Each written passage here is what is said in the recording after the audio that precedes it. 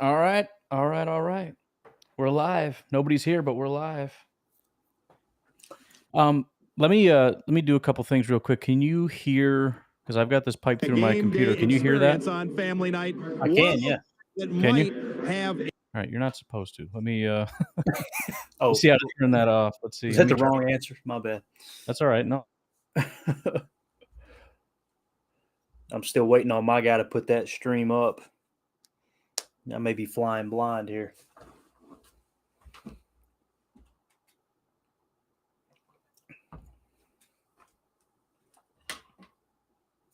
You there? Yeah. All right. I muted myself. I was trying to talk to you and ask you if you can still hear it. I'm like, why hasn't he responded to me? I'm an idiot. All right. Now can you hear it? Nothing. All right. Perfect. All right, I'm going to turn that off now because it's distracting, but we got that. If there's ever like an interview or whatever, I'll pipe it in. By the way, 11 people in here now. Howdy. How you guys doing? What's up, guys? You can hear it. Brett, you can hear it? Are you lying to me, or are you just being a jerk, or can you actually hear it? Oh, by the way, for those of you that are in here, we're going to be doing a long, just kind of a hangout stream, so just drop in your questions, comments, concerns. We'll talk about some stuff. I got all my notes from training camps. If you got any questions about what guys have been doing, we'll go back and take a look at it. But before we get started, there it is right there, pristineauction.com. Make sure you head over there. I just got word on how many people have signed up. I'm not going to give the number, but it's not very many. So if you go sign up at pristineauction.com, use promo code Rogers, you've got like a maybe 1 in 10 shot of winning this jersey right now. So Pristine Auction might not be happy with us, but you guys are going to be real happy with your odds of winning this thing. So please head over there when you got a shot. I'll try to remember to drop a link for you while we're doing this. But just go do it right now. There's nothing going on. Game hasn't started yet. Signed Quay Walker jersey delivered right to your house. pristineauction.com. Use promo code Rogers. Brett says not anymore. Yeah, I muted it on my end too. Let me play it again. Tell me if you can hear it. Clayton, you can't hear it, right? Nope. Okay. Brett, what do you got, man? Can you hear me?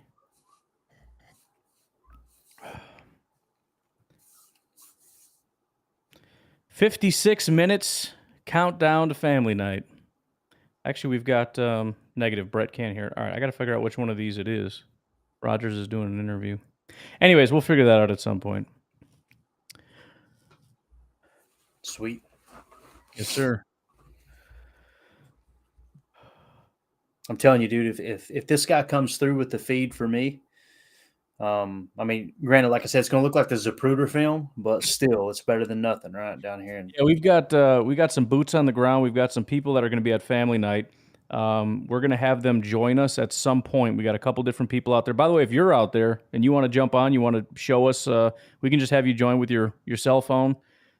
Just kind of show the field, say hey, give us an idea what it's like out there, the environment and whatnot. Let us know. But either way, we're going to have those people jump in, so we'll have some pretty quality video for you guys to check out. That should be fun. What are you trying to say, Mike? I'm prepared. I'm ready. Just because I want to test stuff after we get started doesn't mean I'm not ready, man. Just because I got here 2 minutes before we were supposed to start doesn't matter. Nothing wrong with doing it on the fly. Keeps you young. I'm going to go through and take a look at Twitter, see if anything's coming in yet. All right, so jump in the comments. Let me know if you got any questions, comments, concerns, or just tell me what you guys are excited about with training camp, because we've had 8 training camp sessions so far today, and I think it's mostly been extremely positive. So tell me what you guys are most excited about. Obviously, Romeo Dobbs, right? Dude is just an absolute freak. I'm excited to kind of go back. That's the one thing I really want to do. I've been super busy trying to keep up on this, but I want to go back and relearn about Romeo Dobbs. You know, I didn't do as much of a deep dive into this 4th round pick because it's like, whatever, we'll see how it goes. But I want to know everything about this guy. I want to go back and see because that's the crazy thing. People have been telling us about Romeo Dobbs, right? And I've been like, yeah. And they're like, no, seriously, this guy is legit. He's going to be better than Christian Watson. He's going to be calm down. He's a 4th round pick. So now I want to go back and be like, all right. I'm listening now. Tell me what you guys are talking about and find out what it is about this guy, because he is, you know, I'm looking through all these notes and everything else, and he's better than everybody else that's out there. Better than Lazard, better than everybody. He's just crushing everybody. Yeah. So I'm excited about him. Yeah, it's funny too because I kind of got to the point where similar to you, I'm like, okay, yeah, whatever. We'll see how it goes. But I think when it really started to sink in on me was like what you had talked about on the pod. Aaron bragging on him, and that just Right. doesn't happen, man. I Right. mean, some of the young guys that he loved the most, he would still say, "We need to curb the enthusiasm." Make all these phrases. And then Matt Schneidman going on the McAfee show, and that's the one name he mentioned. And it's just like, okay, these guys are kind of putting their neck out there a little bit more than usual, at least to the best of my knowledge from recent history. So it's sounding like he's dude, that video of him and Stokes, I mean, Yeah. did that freak you out as much as Yeah. it freaked me out? Yeah, Stokes was running for his life, man. He looked like that's the craziest part about it. It didn't look like if it was just by itself and there wasn't a defender there, it's like, okay, he's just kind of running more or less in a straight line. But seeing a guy as fast as Stokes running for dear life, he couldn't catch up to him. That's Yeah. what I don't understand. He's got the craziest makeup speed. He's one of the fastest guys on the field. He's running for his life. He cannot get there. And Yeah. it kind of blew me. It's funny because we've seen these notes, but until you actually physically see it, it's like, oh, okay, all right, I get it now. That was the same thing for me. When I seen the video, I went, hold up a minute. First of all, the way he tracked the ball, I'm so used to seeing MVS look like he's on skates out there trying to catch the deep ball. Right. And just the way he was kind of late to the catch, which is always a great thing. That's what Tay Yeah. did so well. It was impressive, man. It was smooth. I mean, the whole thing and that's the thing. A good wide receiver will make it look smooth. The way that he goes to the ball, the speed that he gets to the ball, the fact that it just laid perfectly right into his hands, and Yeah. and again, he doesn't even look like he's doing anything. That's one of my favorite things about any player is when it looks effortless, when it looks like you're not even trying. And then again, when you got a guy that doesn't look like he's doing anything, and then you got a DB like Stokes that's dying out there, it's like, holy crap. By the way, Roy, yes, it is televised, but only locally. So there's there's a guy on Twitter or something. Is that right, Clayton? Yeah, I'll That's doing type it in right. Well, they Okay. can't see my chat, can they? I just see the private chat. No. Okay, so We I'll we give can it to you right here, guys. If you'll listen real close, I'm going to read off his Twitter handle. It's not up yet, but he said at 8:30, 8:45-ish Eastern time, so that'd be 7:30 Lambeau time. He's going to put a stream up. He did it last year. It wasn't the best quality, but it was watchable. And here is his Twitter handle. At Liam G Highlight. Okay, so I'm going to spell it to you. At capital L IAM, capital G, capital H, IGHLIGHT. So at Liam G Highlight is the Twitter handle.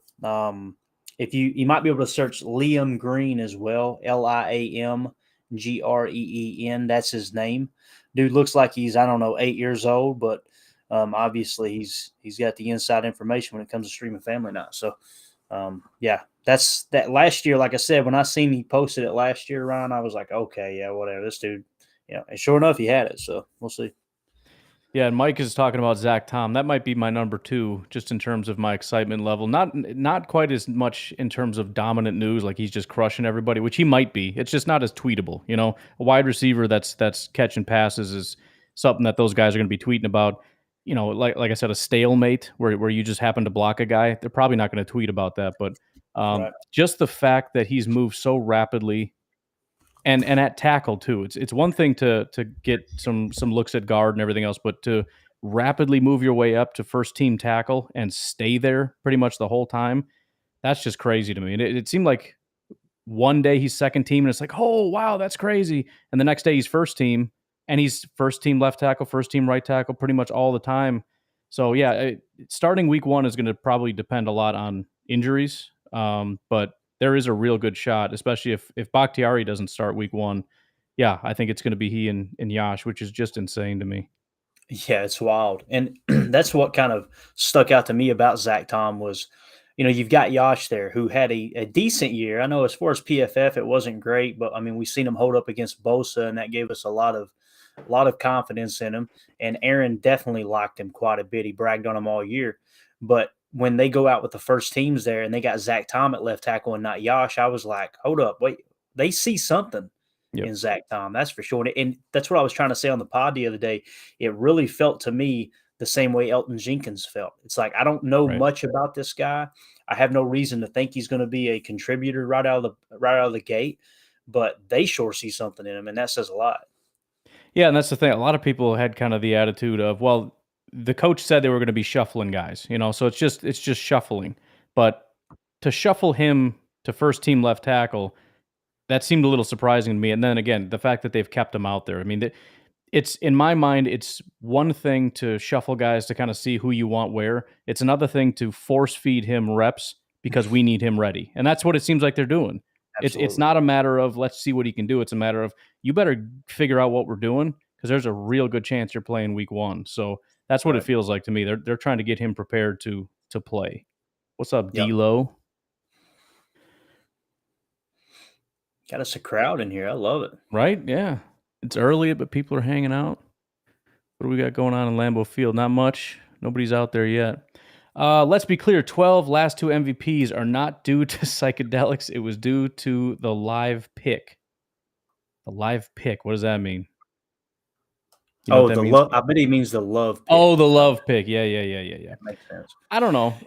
Maybe. I don't know if I 100% buy into that, but I'm with you on the psychedelics. I heard was that Colin Coward, I think today was talking about it again. I heard I don't usually listen to it, but I just got Hulu Live TV. I saw he was on and he just started talking about that again. And yeah, I think it's kind of obvious that it's not Yeah, I don't know, man. mind altering drugs. When you talk about lightning flashing all around you and your hair standing up on top of this mountain, and you've got other stories of people, crapping their pants. One lady puked on the guy's On his feet, if I shoes, understood yeah. correctly. Yeah, Yeah. and then you have hundreds of hands touching your Mm, body. right. I don't know, man. I think that might be the MVP. I think It that's could what be. did it. That's what sent him over the edge. Yeah, I mean, if anybody's ever sick in my household, I'm not saying I want it, but might be worth a shot. See if somebody will throw up on your feet, and maybe you'll be a CEO of your company one day or something. Who knows? And really, all you've got to do to experience somebody throwing up on your feet is just go up in the stands by the third quarter in There you Lambeau go. Field, and someone will throw up on your feet, guaranteed. Wait, hold it 1 second. I'm coming. Brett says, very interesting in seeing how our cornerbacks work against Chris Olave in joint practices. He has a clip from practice on a route that's pretty freaking nasty. Check it out. So I've been keeping track of all the rookie wide receivers, and I've been mentioning it on the podcast. It seems like all of them are just looking fantastic. It's why it gets me excited about Christian Watson because all these early picks are just crushing it out there. And again, it seems silly because it's like, okay, well, it's training camp. Everyone's going to be bragging on their guys. Not really. I mean, if somebody sucks, they're going to call them out and say they suck. I mean, even Bears reporters are like, this guy looks good. This guy looks like garbage. Vikings guys, their Andrew Booth looks good. Seen, not so much. But every single wide receiver out there is just absolutely crushing it. I don't know if I've seen this clip specifically you're talking about, but yeah, it's one of the things I forgot about is seeing some of these young guys going up against our guys. I think that'll be kind of fun to watch. Yeah, they referred to that route as a diamond route, and then I've always known it as a Dino. So just to kind of describe it to you, Ryan, that it looks like they're playing somewhat bump and run. The ball's snapped. He kind of comes off the line like a fade route, like he's going to go to the outside. He jams outside and then cuts right back in. Some people would call it a half zig or a Dino, and he did. He left the corner. The corner was lost. But the thing I've noticed, you were talking about rookie wide receivers. George Pickens, that was Greg Cosell's pick when I was studying Greg Cosell last year going into the draft. That was his guy. He said, I don't include anything off the field, just strictly tape. This is the best receiver in this draft. And when you watch him catch the football, man, you're talking about strong hands and body control. That kid, like you can see it right out of the gate. I think he's going to be a good one too, if indeed he, stays on the field and doesn't get in his own head. But yeah, it does. It gives you a lot of hope for Christian Watson. That this is obviously becoming more and more evident that this is a deep wide receiver core or wide receiver class, I should say. Yeah, Zach says, I'm excited to see linebacker play. I want to see if Quay Walker will be legit and can be a real starter week 1. I'm kind of with you. I think that might be one of the most excited I'll be to watch anybody. You got Dobbs and those guys or whatever, but hearing that Quay is the guy that Rodgers thinks about, when he's talking about the guys that are really flying around on the field. And again, it's not super tweetable stuff. The things that he's doing, Right. so he's doing things out there that we don't know about because we're not out there seeing it. So this is our first chance to really see him move, see him react, see him drop into coverage, see him blitz, see him, chase to the sideline. And yeah, I'm super fired up to see him and seeing him and Campbell working in tandem. I'm just super fired up to see what this defense looks like with those two guys. Yeah. I'm going to go ahead and send that link to our guys there at Lambeau. Yeah, for sure. I about forgot. Let me do that. JJ's freaking out. I don't know if he's in here right now, but I'm having trouble uploading Packernet After Dark, and I can't. I'll try to do it, but I'm also trying to host a thing here at the same time, so might be a bit of a challenge. Try one more time here. This over here. The next comment. D'Lo says, my two favorite podcasters. I like it. What about Thomas Austin? You don't like Thomas Austin? I hear he's pretty good. Do y'all think Carr and Tay connection will be better than A-Rod and Tay? Roy, what are you talking about, man? He's using that ayahuasca, I think. All right, so Bobby just hit me up. Packer owner Bobby said, he said, I won't be able to hear you while inside Lambeau. It will be after it's done for sure. It's way too loud. I just told him if he can jump in and give us a video, jump right back out. That's cool. Yeah, we can but mute him. may not. I'm gonna go ahead and send Donnie the link, and Sure. maybe Donnie's sitting somewhere around people who are sober. So. Sergio says, watching Family Night on Hulu, NBC 26, one ear pod on your show, one head. That's kind of what I'm doing. I got exactly that. I got Hulu up over here. I turn it on, but then I have such a hard. I was telling Clayton about that too. He was like, hey, did you listen to my pod yet? And I was like, dude, I tried, but I can't have like this playing and trying to focus on something else. So I've got like this whole video over here. I have to mute it because I cannot focus on what I'm doing and listen to this over here. So kind of the same situation. I'm watching and I'll try to navigate because I'm going to want to listen once it starts. I don't know how that's going to work, but we'll figure it out. Maybe I'll have Clayton kind of, you're going to have to lead the show here because I can't do two things at once. No, I'm the same way, man. I would struggle. I can't. Looks like they got the jugs machine out on the field. That's from Andy Herman. That was earlier. Never mind. It was 59 minutes ago. Oh, I should pull. Man, the weather looks great, dude. Really, yeah, I mean, really rare. I'm a couple hours away, but I stepped outside to let the dog out before I came down here, and I was like, "Dang, it's a nice day out here. It smells like cow crap over here, but it's a nice day." Hey, that's what I'm talking about. It's my kind of people down there. Right? Kind of out in the boonies out here. Let's get my Packer stuff going. I seen Dilo6 said Clayton is from the best state, by the way. Yep. Where's he? I guess is he located in Tennessee or Kentucky? Because I know some people get mixed up with which state I'm actually in. I bounce back and forth quite a bit. What did you send? By the way, yeah, that's a good call too. I can probably, it might take a little bit of work, but if there's some cool clips, I can probably get it and put it on our stream here if I find it like on Twitter or whatever.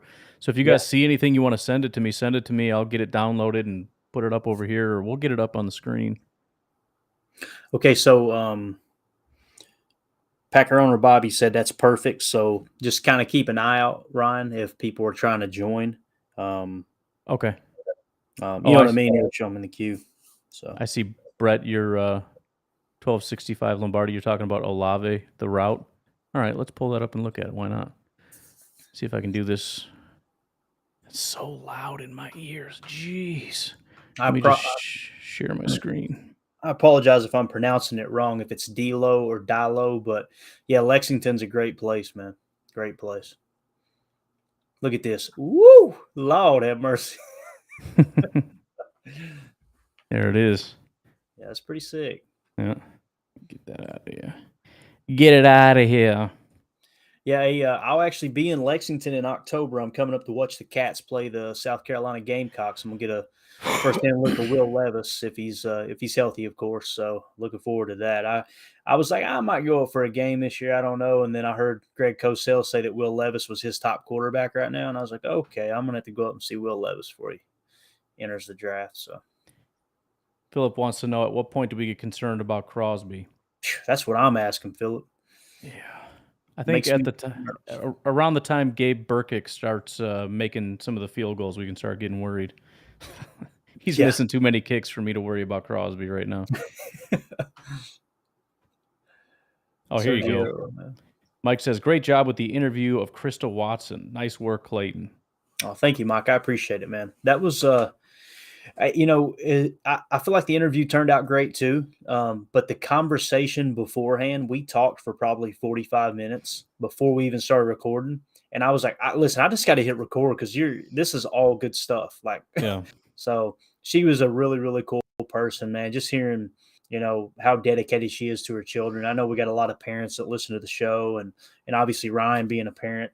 I've got a dog, so that's kind of my perspective. But it's anytime you hear those stories of how a mother, sacrificed time, and how she said that her family was having to pick, the sisters. Okay, I'll go to this game in this practice. You go to this game in this practice, so everyone feels supported.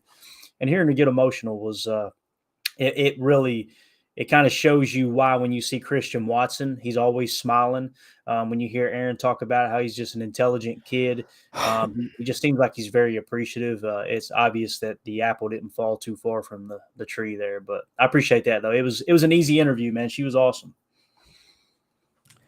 Brett says the Bears signed one of the top linebackers from the USFL. I'm looking at the transaction wire, and I'm seeing defensive lineman Trevin Coley and defensive back Devonte Harris. So I don't know exactly who they signed, but I sure am scared, whoever it is. I can tell you that. The Bears are one USFL linebacker away from taking the division. So it's over for us, boys. Here we go. D-Lo said, I'm just going to say D-Lo. D-Lo says, hot take, Packers might have one of the best wide receiver groups by the end of the season.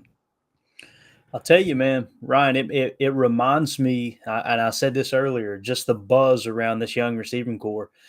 It reminds me a lot of, I guess it would have been '08, the year that Jordy was drafted, and you had all these young receivers. You had James Jones, Greg Jennings, Jordy Nelson, Donald Driver was the wily vet, and then just all of a sudden, boom, everything blew up, and they had one of the most explosive offenses as soon as Aaron stepped into the lineup. That's kind of what it feels like to me, man.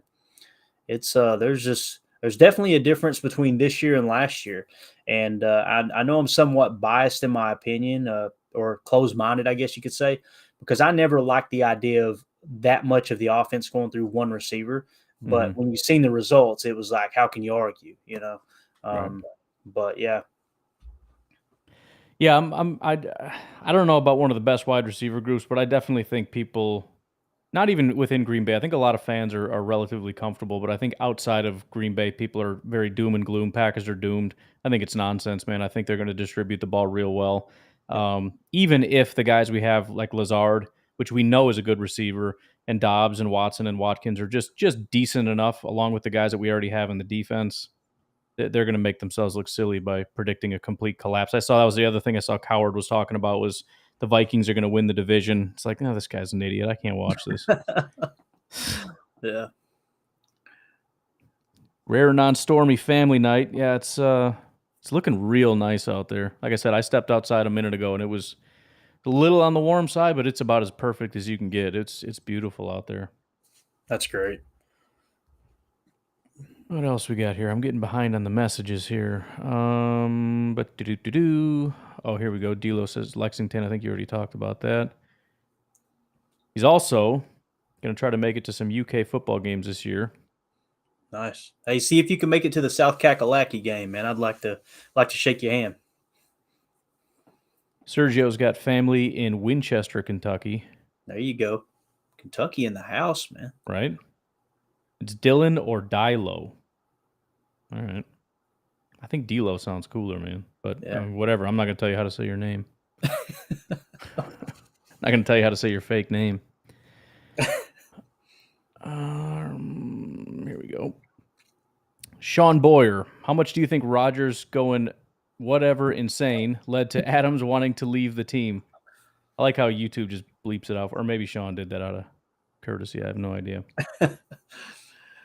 Oh, yeah. That's a I thought about that. I'll be honest, Sean.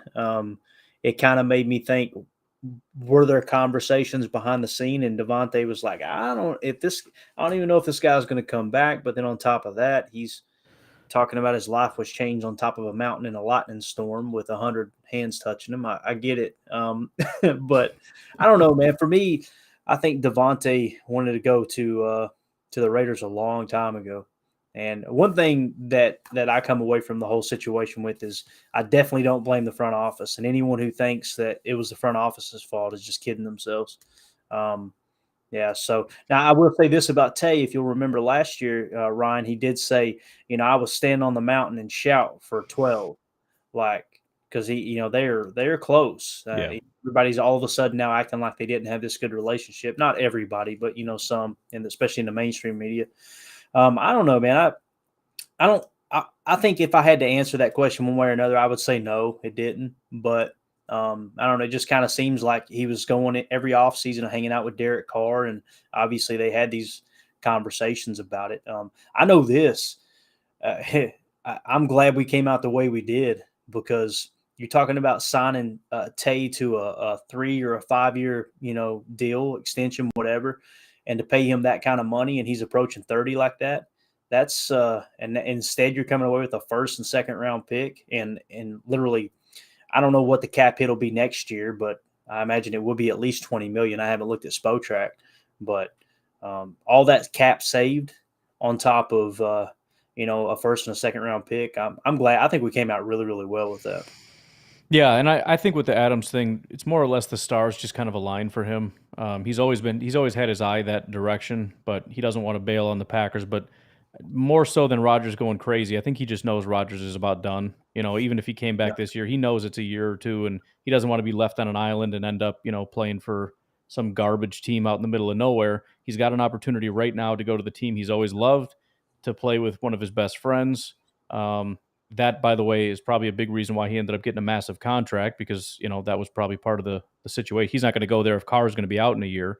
Right. And so it's not that he necessarily wanted to leave. He'd probably love to play with Rodgers one more year and give it one more shot at a Super Bowl. But this is his opportunity to go and play for a long time for a team he loves and all that stuff.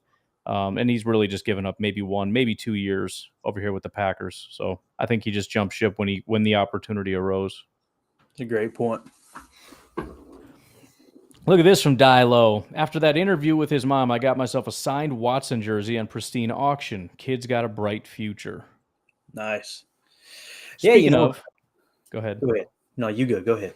PristineAuction.com. Use promo code Rogers. Get yourself a signed Quay Walker jersey. Head over to PristineAuction.com.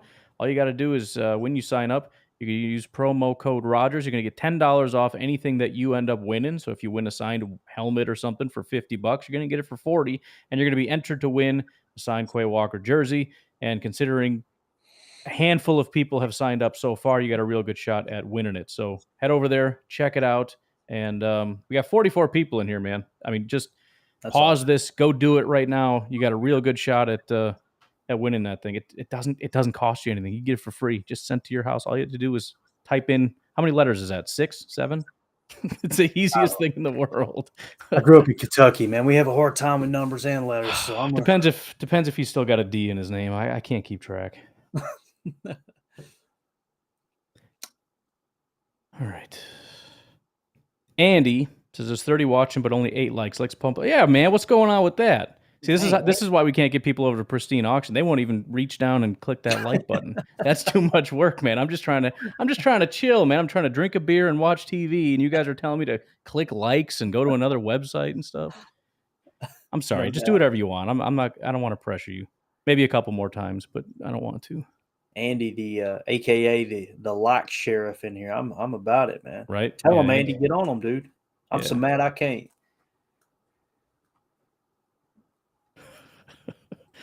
Speaking of Andy, on a football note, Quay will be top 3 in Defensive Rookie of the Year voting. Book it. I don't have any doubt. Top 3 for sure. Yeah. I mean, you look at Hutchinson in Detroit. Maybe Walker, if he can do some stuff. I'm skeptical he's going to take a big jump in his first year, but I think he's going to be a monster. Quay Walker is. Yeah. Yeah, I agree, man. The only one we really haven't heard much about is Devonte Wyatt, right? I mean, other than that, the other rookies between Dobbs and then obviously Aaron speaking very highly of Christian Watson's intelligence. And then of course you got, Quay Walker, man. I don't know. I see him on the field and the videos I've seen. I'm like, this dude just looks like he's pro ready. And Ryan, dude, am I the only one that didn't see that pick coming? I mean, I know at the last second he started to rise up the boards, but when I look Yeah. at my big board, I wasn't going. Quay Walker's the one, No, that was such a classic Packers pick because it was that one guy that you don't expect that was expected to go middle of the second round, and for some reason we still didn't expect it. We should have because it's always that one guy that's sitting right there that you least think they're going to do it. If we'd have just looked at it and said, "Who's that one guy sitting right there mid-second that they're absolutely not going to pick?" We all would have said Quay Walker, and we should have just circled it right then and there and said that's going to be the pick. But for some reason, we sat there looking like idiots on draft night, going, "What the heck are they doing?" They're doing what they do every year. That's what they're doing. Right. Yeah, Dialo says the fact that they don't have a forced target might be an advantage. I think that is kind of a big thing. You'd mentioned real quick, I want to talk about Wyatt being the guy that they haven't talked about a ton. When I went back and did my look at all the different defensive tackles, I was actually kind of surprised to see there have been more notes, positive and negative, on Devonte Wyatt than any other defensive tackle. He has made a massive impact. I just went back and counted every single note. Kenny Clark has 0. He has 0 positive notes, 1 negative note. Dean Lowry has 4 positive, 0 negative. Jerron 4 and 0. TJ Slayton 4 and 0. Devonte Wyatt has 7 positive notes, 3 negative notes. So, Wow. I mean, it's a little bit of a misconception that he's been quiet. He hasn't. Along the defensive front, the only guy who's been talked about more is Rashawn Gary.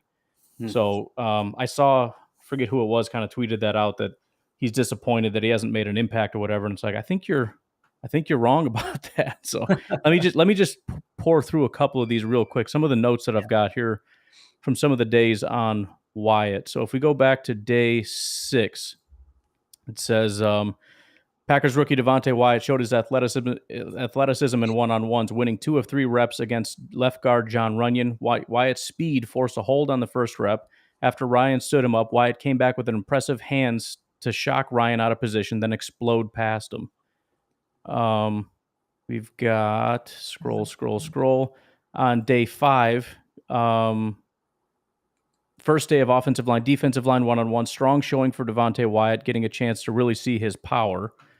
Day before that, nice pass rush from Devonte Wyatt. So, I mean, it's been like every day there's been notes on Devonte Wyatt. Most of them are very positive, real good pass rush, real good power. So, it was quiet, I think, the first day or two, but after that, he's been one of the more consistent guys every single day, getting a lot of real positive notes. So That's great, man. I think that's a bit of a misconception. Yeah, that definitely is. That's awesome. That was the one pick that lined up for me during our draft party. Wyatt was hands down the best guy on my board when the Packers picked, and I was really, really excited about the pick. So that's great news, man. I appreciate you sharing that. I definitely haven't been as plugged in as you. I was going back and reading some of your reports, and man, that's good stuff, dude. The way you got everything organized is awesome. I used to do the same thing. You can see my draft board back here. What I typically do is I list, all the players on a horizontal board by position, and I would do the same thing. I would do either a plus or a minus, though, if it was a positive or a negative, comment from practice. I haven't done that this year, though. Mike says, punch the like button. I'm not on YouTube, so I can't see, but I'm trusting you guys. I'm trusting we got a bunch of people in here. I'm guessing we got about 50 likes right now. We're just crushing it right now. Absolutely. Rebecca Teller, aka Auntie Becky, says, Will the Packers be solid on the offensive line without David Bakhtiari? Yeah, I think that they will. We got Yash. The biggest question is who's going to be the other tackle and where is he going to play? I think if they put, I don't know if they're going to put Yash at right tackle and Zach Tom at left, or if they're going to keep Yash at left, because they started putting Zach Tom at right tackle. So I'm kind of wondering if they're going to end up doing that. But, Bakhtiari is going to come back sooner than later, and I'm not scared of the Bears in week 2, but I think the Minnesota Vikings week 1 is the one that's kind of scary. And the last thing I want is for Zadarius Smith to embarrass the Green Bay Packers by, throwing around Zach Tom, crushing our dreams of him being this great player. and then he's going to have some stupid. I don't know if you that mentioned it or whatever. He's going to rip his shirt up and have something written on his T-shirt. I'm going to be so mad if he ends up doing something like that. But eventually, let's just say eventually, it's going to be a very good offensive line. I can't promise week one is going to Right. be 100%.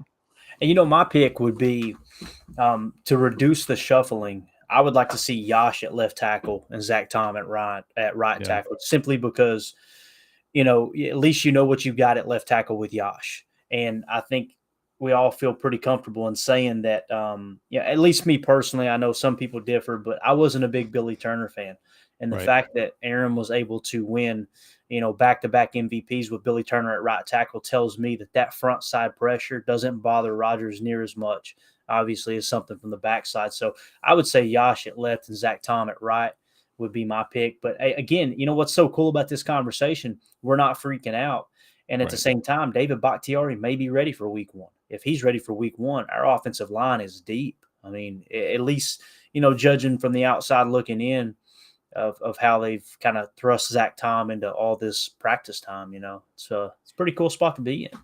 Yeah, and I trust our interior against their interior a lot more. So I don't think they're going to be able to do much on the interior. So if we got to bring an extra guy to chip off the edge or a tight end or something like that, most of the guys they have on the interior for the Vikings, especially, they're good run defenders. They're not pass rushers, so Right. they're not going to be able to get to Rodgers.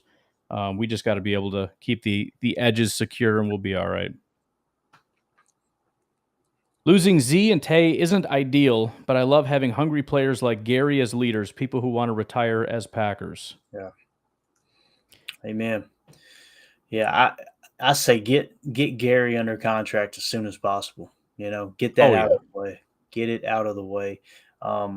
Maybe you can structure it in a way where you can, absorb some of it even this year. I don't know, but yeah, he's definitely the leader of that defense. He and Amos is who comes to mind. Now, Devondre Campbell, don't get me wrong, he's not like a backseat driver or anything, but Gary just when I read that tweet and I seen the picture of how he stormed into the second team defense's huddle and was just like, like these reps matter just as much to him as the reps when he's on the field. That really told me everything I needed to know about Gary. Kids are here. Cover for me for a second. Oh, you're good, dude. You're good. I'll feed you some comments. Yeah, sounds good. Go ahead. All right. This comes from Zach Schmidt. What is your take on the struggle in the playoffs for the last 3 years? Man, that's a tough one. I'm a big Matt LaFleur fan. As you guys know, you're probably tired of hearing it. I absolutely love Matt LaFleur, and it has nothing to do with his eyebrows. I think the guy is an excellent coach. But you cannot deny the struggles in the playoffs. It just seems like on 2 different occasions, I wouldn't say he got out coached, but at some point or another, it's got to fall in the coach's lap.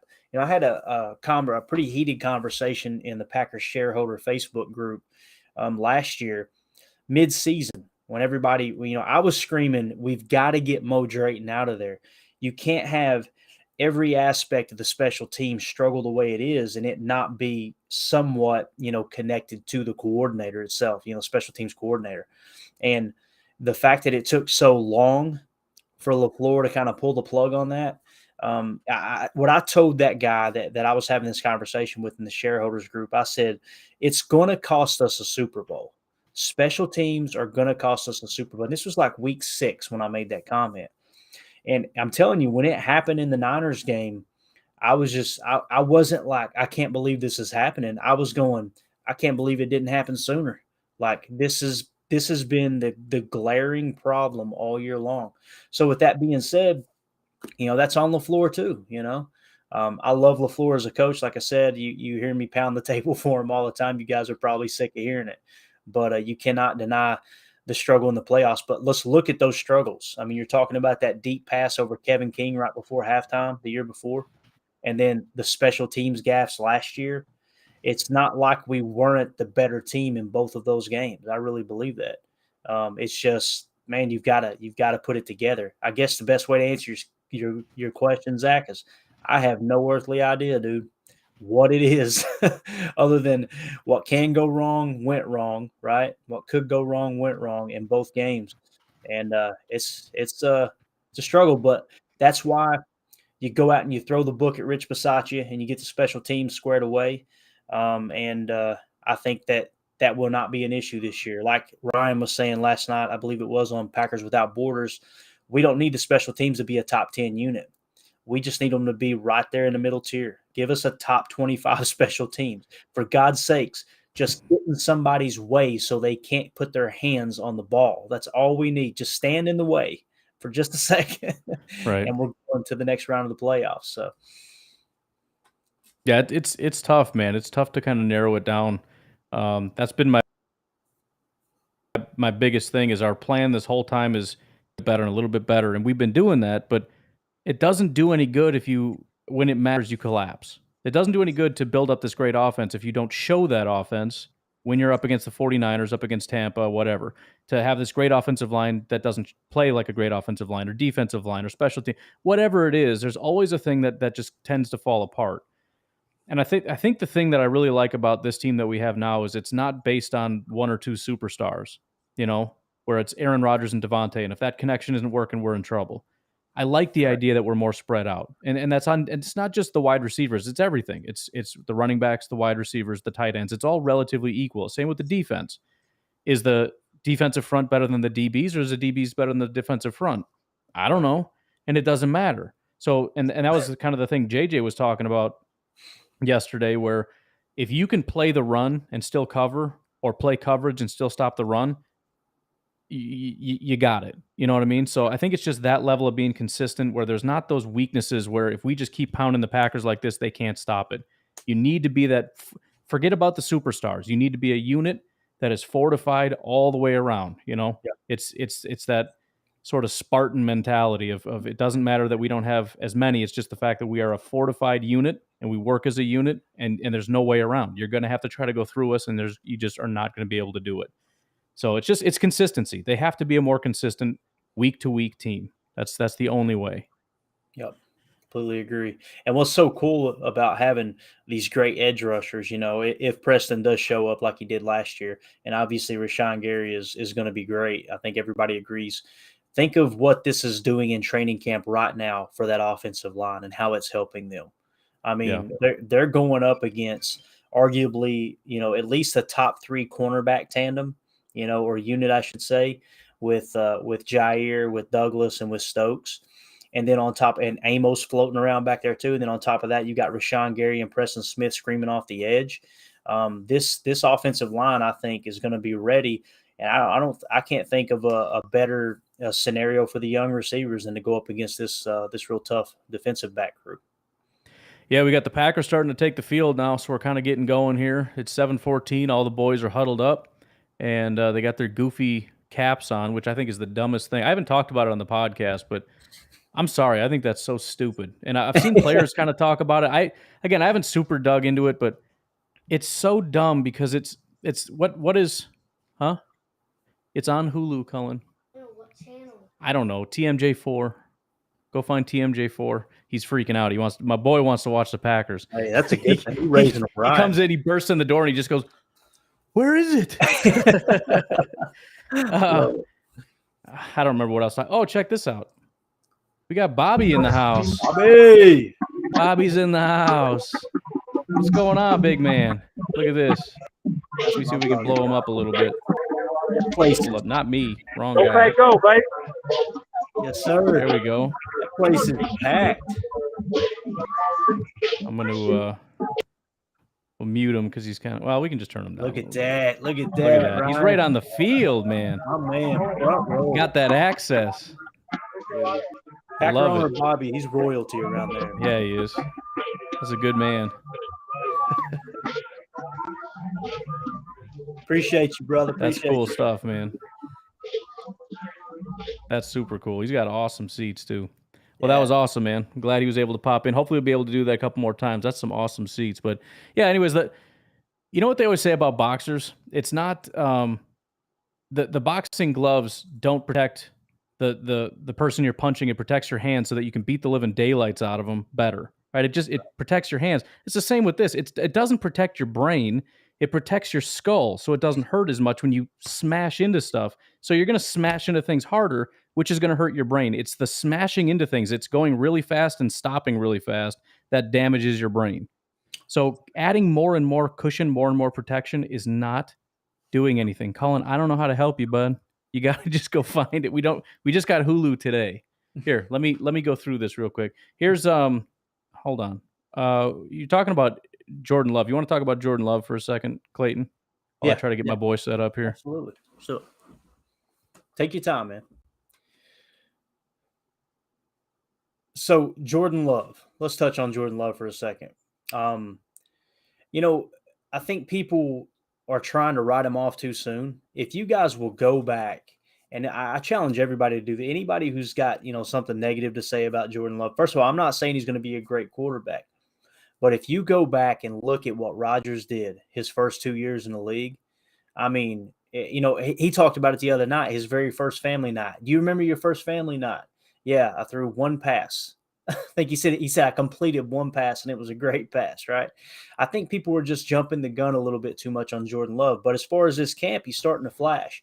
At the same time, you've got to you got to take the good with the bad, and you got to kind of look at it from a perspective. Okay, you can't say that when he's having a great camp that he's a superstar, and then when he doesn't make the throws, it ain't a big deal. Right. It is what it is. But your question here from was it True Bruce Steve? Nice. Says, speaking of Rodgers possibly leaving soon, how had Love looked lately? Is he a future quarterback one? Ryan, I kind of started to answer that question without even knowing what the question was.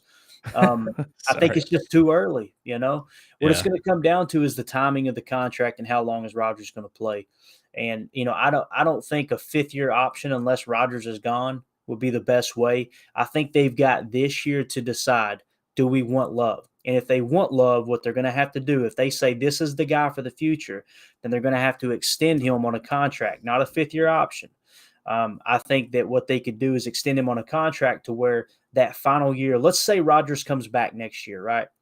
And they give him the contract extension, then you can minimize the cap hit there. But when it gets to year 3, that's where it's going to be iffy. So I think what's going to happen is next year, Rodgers has got to really man up and say, hey, look, guys, I'm coming back for a 3rd year, or hey, guys, I'm not. This is it. If he's willing to do that, then I think you re-sign Love next year, if indeed the coaches do like it, right? As much as what it seems like they do. But if Rodgers says I'm coming back for a 3rd year, throw him on the trading block, because it's just not going to work out financially, in my opinion, unless Rodgers is willing to restructure his contract in a way that they can manipulate the cap a little bit. I don't think any of us have the knowledge to determine if that's even possible at this point. The contracts are getting so convoluted now, man. It's hilarious hearing the media scramble trying to figure out what's real and what isn't.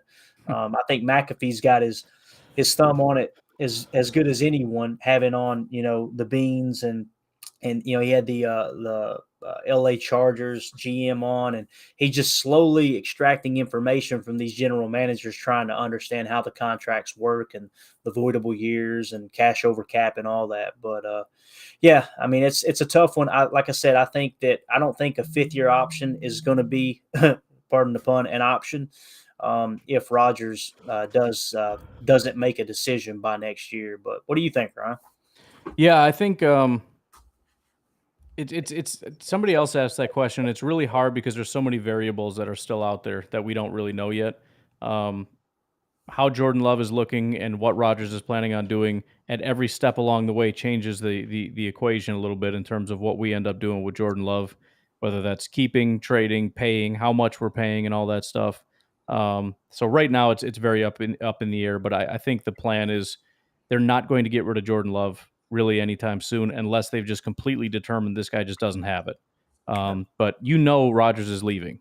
So, and he's not going to sign another contract. He's completely done. Somebody even asked him, like, are you going to play as long as Brady? Which I know is a ridiculous question anyways, but he was so quick to say no because he's halfway retired. He's looking forward to it. He knows 1 or 2 more years, maybe 3, and I'm out of here. So, and the Packers know that. So you have to have a backup plan. And right now that's Jordan Love, and they're not getting rid of him.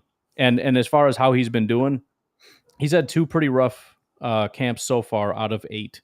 The rest have been extremely good, and not just good in terms of, that was a nice pass, but finally seeing the things that they've been wanting to see. Saying we've been waiting for 3 years for the guy to do this. We've been waiting for 3 years for the guy to do this. And one of the big things that they keep saying is they've been wanting to see zip on his passes, and every single one of his passes is flying through the air. It's whistling through the air. Rodgers talks specifically about his footwork. Finally seeing where he's trusting his feet to be able to get the ball where it needs to go. So what that translates to, I have no idea. He could still be a bad quarterback, but at least we know he's got the tangibles. That's why he took him as a first round pick. He's starting to understand the key elements of what he needs to do. He just got to be able to put it on the field. So, as long as he's not one of those guys that just crumbles under pressure, he should be okay. But if he just can't handle the lights, then it's just never going to work out. Absolutely. But one thing is for sure, man, I'll go to the grave saying it. I do believe that drafting Love lit a fire under Rodgers. I mean, it rocked the boat a little bit that first year, but man, I mean, he just snapped right back to it. And maybe it was the mountaintop trip with the lightning storm. I don't know, but it kind of felt like it was the Love pick to me. Mike says 7 running around sideline to sideline, and that defense is going to be insane. Yeah, we were just talking about that earlier. I'm excited to see Quay and what he's able to do. And he's one of the guys I have the most confidence in. He's not the one I'm most excited about, which is probably why we're not talking about him. We're excited about the pass rusher. We're probably more excited about Enigbar than we are about Quay, because he's the guy that gets the quarterback and the wide receivers and everything. But this is the guy we took before everybody. This is the guy we took before Wyatt, who is an absolute freak of a human being. So the fact that, just from my perspective, and I know Clayton loved Wyatt, when you look at how good Wyatt is, and for them to go, yeah, we like Wyatt too, but this guy, this is the guy we want. And then again, day one, he's first team linebacker. Day one, and there's even talk about him calling plays in the huddle. That's crazy stuff. So, and then you got Rodgers again in the locker room saying the one guy that stands out to him on the defensive side of the ball is Quay Walker. And that, again, that's a team with Jair. That's a team that's got Rashawn Gary. That's a team that has Adrian Amos, and he's saying the guy that's catching my eye is Quay Walker. That's crazy to me. Yeah, no, I'm with you completely. And as soon as that first practice, when they said he was out there with Devondre Campbell, first team, and understand, guys, that we broke the numbers down. It's anything from 61% all the way up to 82% of the snaps last year were taken in 11 personnel, meaning there was 3 wide receivers on the field, which means we're going to be in our traditional nickel 2-4-5, barring anything exotic. Quay Walker, I mean, you literally plucked Chris Barnes, who was one of the biggest liabilities on the defense last year, a good defense, right? And you insert Quay Walker into that spot. Imagine how that's going to free up Devondre Campbell too. I mean, there's just so many things that can happen. I can't wait, Ryan. I said this the other day. I cannot wait for the first double barrel look where they bring Devondre Campbell and Quay Walker right up in that A gap. Oh, yeah. And you've got the 2 defensive tackles in a 1 or a 2 technique. That center is going to be like, what in the what am I supposed to do with this? I can't wait, man. And that's what Coach Hahn is always talking about. You force them to play man, the numbers of it. When you got 4 guys up there, they can do some stuff, but you start putting 6 guys on that line, you dictate to the offense what they have to do. And it's that kind of creative thing where you bring a bunch of guys to the line, and you're going to drop some, but they don't know which guys are going to drop, and they don't know which guys are coming, and you start getting creative with that. And Quay's coming, and I'm so excited to see it again. I'm what they really need is more consistency, just down to down, quarter to quarter, game to game. But I'm not gonna lie, I'm excited to see some exotic stuff. I'm excited to see some wild and crazy stuff. I want to see the picks. I want to see the sacks. I know that's not ultimately what's going to get us a Super Bowl ring, but I still want it because that's just fun football. Yeah, absolutely. Emilio says Maryville, Tennessee need to link up. Clayton, is that near you? Yeah, absolutely. Just about an hour away, hour and a half, I guess, something like that. Yeah. So it says what? Link up Clayton. Oh, go ahead. I'm sorry. Let me say this about Maryville. This is a cool little nugget, Ryan. You probably already know. Randall Cobb, if I remember correctly, I believe he played for Alcoa, and one of their biggest rivals was Maryville. So if you imagine Knoxville, Tennessee, you've got Henley Street that runs right through the center of Knoxville. I lived in Knoxville for about 6 years. And it turns into Maryville Highway, and then running parallel with it, but it's going north and south, is Alcoa Highway. So you've got those 2 rivalries that's just, I don't know, probably 5-10 miles south of Knoxville. And what's cool is Kentucky offered Randall Cobb a scholarship, right? Mhm. And Tennessee caught wind of it. UT then offered him a scholarship, and this is the kind of person that Randall Cobb is, which tells me a lot about Randall Cobb, the person, and why Rogers likes him so much. Is he said no, and he could have withdrawn and played literally 15 minutes from his hometown for UT, but he said I'm staying with Kentucky because they believed in me before Tennessee did. Yeah. And the only reason Tennessee wanted me was because Kentucky wanted me, and they couldn't say. I mean, it's pretty cool. So yeah, being in Maryville, man, that's awesome. We do need to link up sometime, man. I've still got a brother that lives in the Coreyton area, just northeast of Knoxville.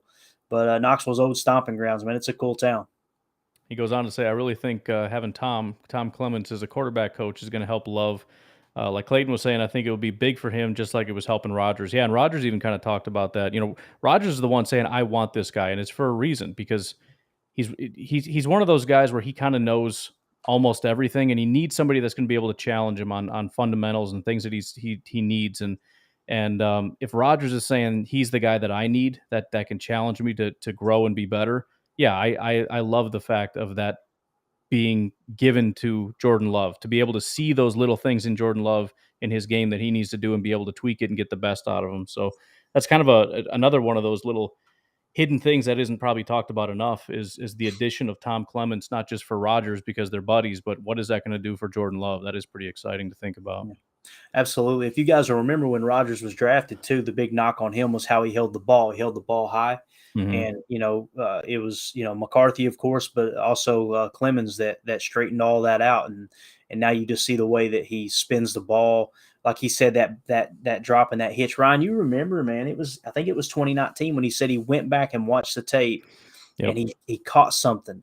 And I remember you talking about it. I remember other media members talking about it, going, whatever it was, it's working because he just took off from there. That was all Tom Clement. Yeah, Yeah. I mean, it's like, I don't know, him talking about one of the cardinal sins that Tom Clemens always spoke against and said you don't want to do is throwing late across the middle.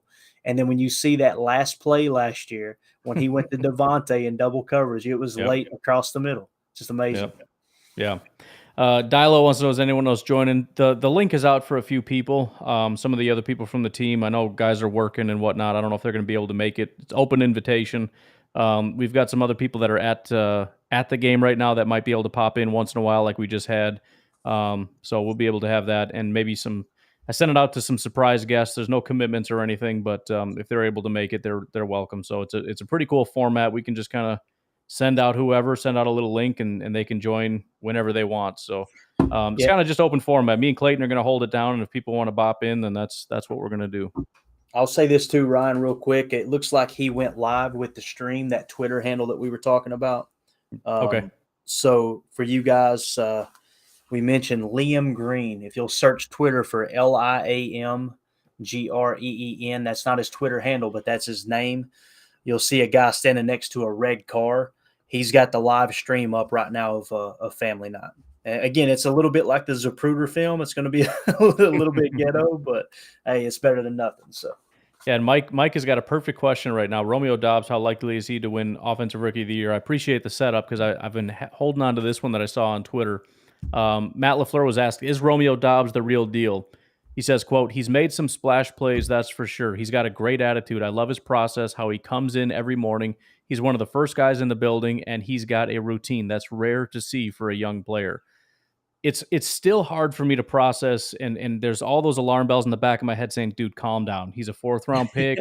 Like, there's a billion wide receivers out there that are showing up that are doing good things, and then there's running backs and there's quarterbacks, and like just calm down a little bit. But you got Rodgers saying he's rare. Going so far as to say we've seen a couple guys do what he's done, but they're all. I mean, he's talking about like Jordy and Devonte. I mean, that's basically there's nobody else that he's even talking about. Guys that have this, and Matt LaFleur saying the same thing, and he's even trying to take a little bit off, like, yeah, he's doing okay and all that, but when you get down to it, even he's saying, yeah, he's pretty rare. Like, you don't see guys do this. Um, yeah, and the results speak for themselves. Every single day, I'm telling myself it's a fluke. It's not going to work. And every day, he's tearing it up more than anybody else. He's embarrassing guys. Stokes is out there throwing his helmet. He's punching the ground. He's so angry because he cannot get a handle on this guy. So, right. maybe one of these days it all just comes to an end, but we haven't seen it. And people are saying maybe when the pads go on that'll change things, but pads went on and he's still carving people up. So I Yep. can't see the future any more than anybody else, but there's nothing he could be doing better right now to prove to me that he has a shot. Right now the big theme across the league, or I heard Bean, the GM for the Buffalo Bills, saying that they're probably not going to play their starters this preseason. One thing we're going to see, guys, the last two topics we just covered, and even Quay Walker too, but you're going to see Jordan Love and Romeo Dobbs playing this preseason. Guys, I'm Yep. excited about that. As much as people like to bash the preseason, give me that all day long, man. I'll watch that and Quay Walker sideline to sideline. It's going to be fun, man. It's going to be a fun preseason. Dude, we're going to have, Sammy Watkins might be getting a little bit just for some extra. You got Christian Watson, if he can get healthy, he's going to be out there. You got Romeo Dobbs, you got Samori Toure, you got Sean Ryan, you got Zach Tom. You're going to have Tyler Goodson and BJ Baylor. It's going to be fun to see. You got Quay Walker, Devonte Wyatt. You got Carpenter and Enigbar. You got these linebackers that we get to. I'm excited about all these guys, man. I'm super pumped to watch these guys go out there. It's a real tough battle at the cornerback position, the safety position, the linebacker position. They're trying to fight for these jobs and they're making big plays out there. I'm super fired. And go ahead and rest the starters. I don't care because I want to see these young guys. Absolutely. And guys, we'll go ahead and say too, we're going to be doing a post-game show. You've heard my pod. You probably heard me promote it. That's going to start next week there against the 49ers. So immediately following the game, we're going to be going live. I don't think we're going to do YouTube. I think it's just going to be audio only, but you will get it live on Twitter and then in podcast form the next day. And we're going to kind of do that all year long. The goal is every single game this year. I don't care if we're up till 2 a.m. Jacob, I'm going to work him like a dog. And we're going to go and give you guys some immediate, response to every Packer game, including the preseason. So we're looking forward to that next week for sure. Sean wants to know how we feel about Philly cheesesteaks. I'll be honest, I've never had an authentic Philly cheesesteak before, but I think it's one of those things where if you grew up with it, you probably love it. As somebody who's never been there, never seen it, I'm watching people make it, and it looks disgusting. It's just shaved, cheap-looking meat with canned, processed cheese that's poured on the top of it. It's I'm sorry, this is not a delicacy to me, man. That is just the nastiest possible cheese that you could put some mozzarella, put some provolone or something on it. You know what I mean? Put something that tastes. Don't put this garbage. I'm sorry. I know. I'm talking about a local, it's a cardinal sin to say this out in some parts of the country, but from where I'm sitting, it looks disgusting to me. I'll try it, and it'd probably be decent, but I have not had it, and I'm not super excited to run across the country and go eat one. Now, I'm a big history nerd. That's going to come as a shocker to you guys. We went to Philadelphia. My wife and I did. We actually went to Philadelphia, to Independence Hall. We went up to where Washington crossed the Delaware, all that stuff. We really did it right. But we stayed in Philly, and we stayed in the Morris House Hotel, which was built in the late 1700s. Got the whole historic vibe. And then before we left, we're we've got to go get us a cheesesteak. Yep. And I've had cheesesteak sandwiches my whole life. And like Ryan was just talking about, we're talking about peppers, onions, thick provolone, ribeye shaved, quality steak sandwiches, what I've always had. Ever since I moved out of the house and I was no longer eating bologna and drinking Kool-Aid, I got out on my own and said, wow, I can make my own money and eat good. This is awesome. But I had that in Philly. Let's go over here and get us an authentic. And Ryan, you nailed it, dude. It was disgusting. It was like the slimiest cheese they just drizzled on it, and the meat had no flavor, and they were literally just pumping them out one by one, just throwing them out, to, I don't know, they probably made 10 or 20 of them in the 5 minutes I was sitting there. It was horrible. So yeah, I love cheesesteak sandwiches. Just remove the Philly, and I think we're okay. No, the idea of a cheesesteak sounds amazing. I would smash a steak sandwich, but I've made steak sandwiches before, but the way that they do it, it just, if you handed me one for free, I'll try it, but that doesn't look good to me at all. Exactly. What else we got here?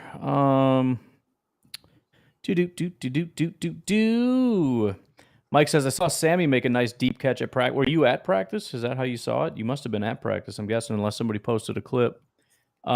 Sammy's another guy. He's been more just kind of consistent, just one play a day kind of thing. It's not like Romeo Dobbs, but he's another one that's kind of flying under the radar. He's the other thing I noticed about Sammy, and maybe I'm wrong about this, but it seems like when you hear his name is on those 2-minute drills, when they start needing to get those plays down the line, the plays that you expect Randall Cobb to make, 3rd and 2, coming across the middle, just picking up that first down. Seems like Sammy's been kind of the clutch guy on a lot of those. So that's been kind of exciting. We've got, by the way, it's getting started. Looks like the starting offensive line tonight via Andy Herman. He says Yash, John Runyon, Myers, Hanson, and Newman. So they're starting off with that. Hanson's going to take the right guard, and Newman's going to get the right tackle spots. And no Zach Tom to start it off. Not super unusual. That's one of the combos that they've been using, but I was kind of hoping to see a little bit of Zach Tom. Ryan, I want to ask you that, man. When it comes to Newman at right tackle, does that surprise you? It kind of surprised me because to me, Newman just kind of looked like just a traditional guard. I didn't think he would have the flexibility to play tackle and do it effectively. But I mean, they're obviously seeing something there because he's got quite a bit of time, at practice this year so far at right tackle, right? Yeah, and they're actually playing a little bit. So I'm sorry, I saw the boys lined up, and I'm like, oh snap, I gotta watch this. They're not really doing much though. Yeah, so I don't know. I'm kind of iffy on Royce a little bit. Romeo Dobbs touchdown. Really? Yeah. Am I just way behind everybody? I think that was Romeo Dobbs. I'm telling you, mine looks like I'm watching an 87 Magnavox, dude. This stream is horrible. He's just about to kick a field goal. Are we watching the same thing or what? Here's Love on the field for me. So. Oh, maybe I'm just ahead of you. Okay, gotcha. And I just missed the. I might have just missed the. That was a good touchdown. It was in stride too. I know it's practice, but yeah, it was in stride to Dobbs. That was awesome.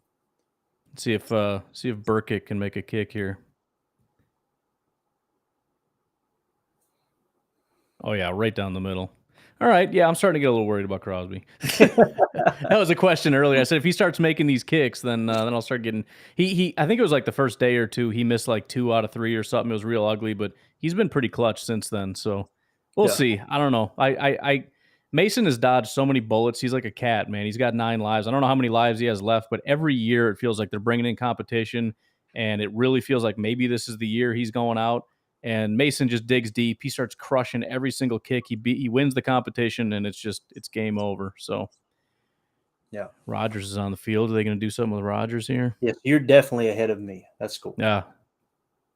Oh! I think Amari, is that Amari number 8? He caught it. Didn't hit the ground. Thoughts on Breaking Bad? Dilo said I love Breaking Bad. I've gone all the way through it probably I think 2.5 times. One time I kind of went halfway through and gave up on it, but 2 solid times from start to finish. I think it's a great series. I love Breaking Bad. Never seen it. I'm not a big TV guy. I'm other than the History Channel, that's about it. Yeah. But it to me, it kind of feels like it's got the same vibe as Justified. And everybody told me you need to watch Justified because it's actually set in my hometown back home. Okay. The intro, when it shows the smokestack, that's literally like 2 minutes from my parents' house. So I was like, yeah, we'll give it a shot, and I didn't like it. But I just don't get into TV shows and movies much. That's why I stay quiet on Packernet After Dark when you guys get into that. Again, Roadhouse has this special place in my heart. But that goes back to me being, gosh, I couldn't tell you how old, probably around the age of 10. And growing up in a biker family, it was what was on. I wasn't allowed to watch cartoons. It was Roadhouse and Dances with Wolves and other, which explains why I'm weird and I watch documentaries. So we got a special guest in the house. We got Donnie's over here. Donnie and the daughter in the stands. What's going on, guys? I don't think we can hear him, but yeah, that's so fun. That's what's cool about family night too. It's so family oriented. You look out in the stands and there's kids and everything out there and holding up their signs. Yeah, he's trying to hear it. You're good, dude. That looks awesome though, man. Yeah. That place is packed, Ryan. Look at that. Yeah, that's so cool. Love it.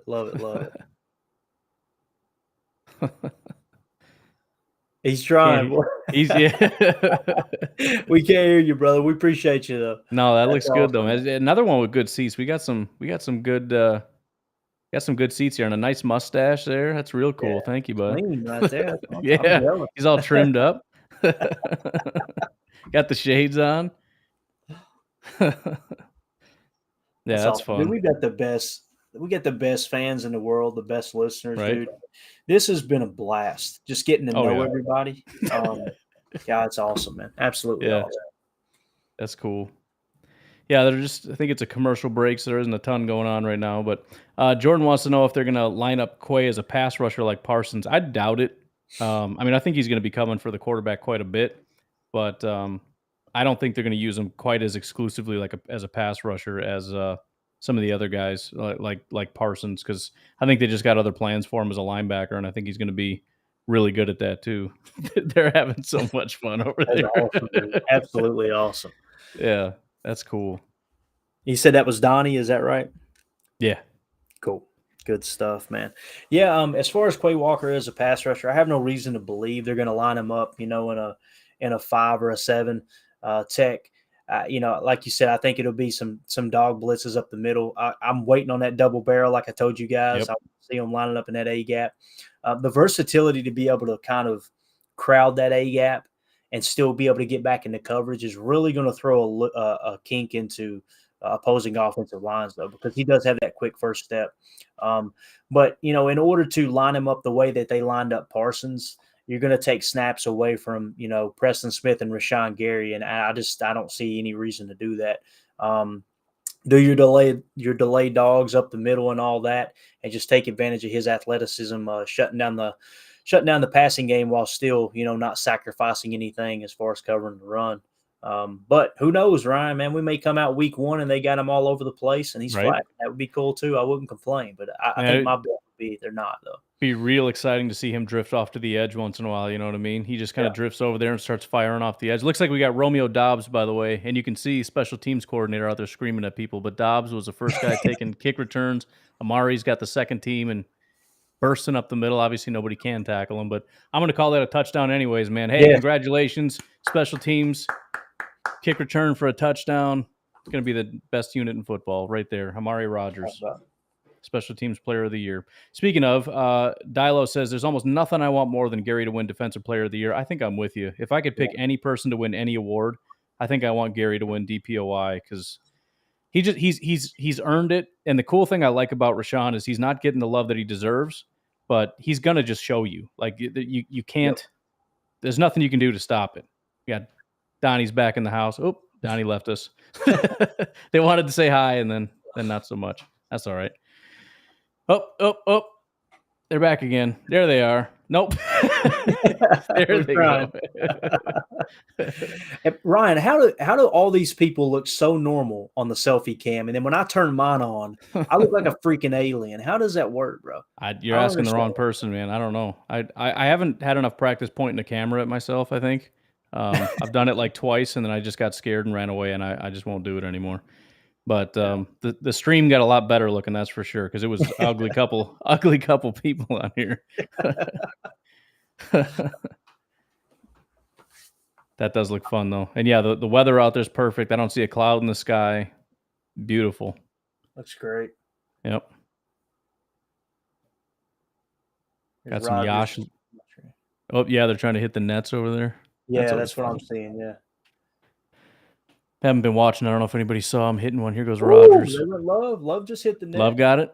Yeah. All right. I don't know how Rodgers far it missed. was, but I'm gonna grab a drink real quick. I'll be right. Yeah, back. go for it. Go for it. Let's go ahead and magnify this one a little bit so we get some nice scenery. It does look beautiful, doesn't it?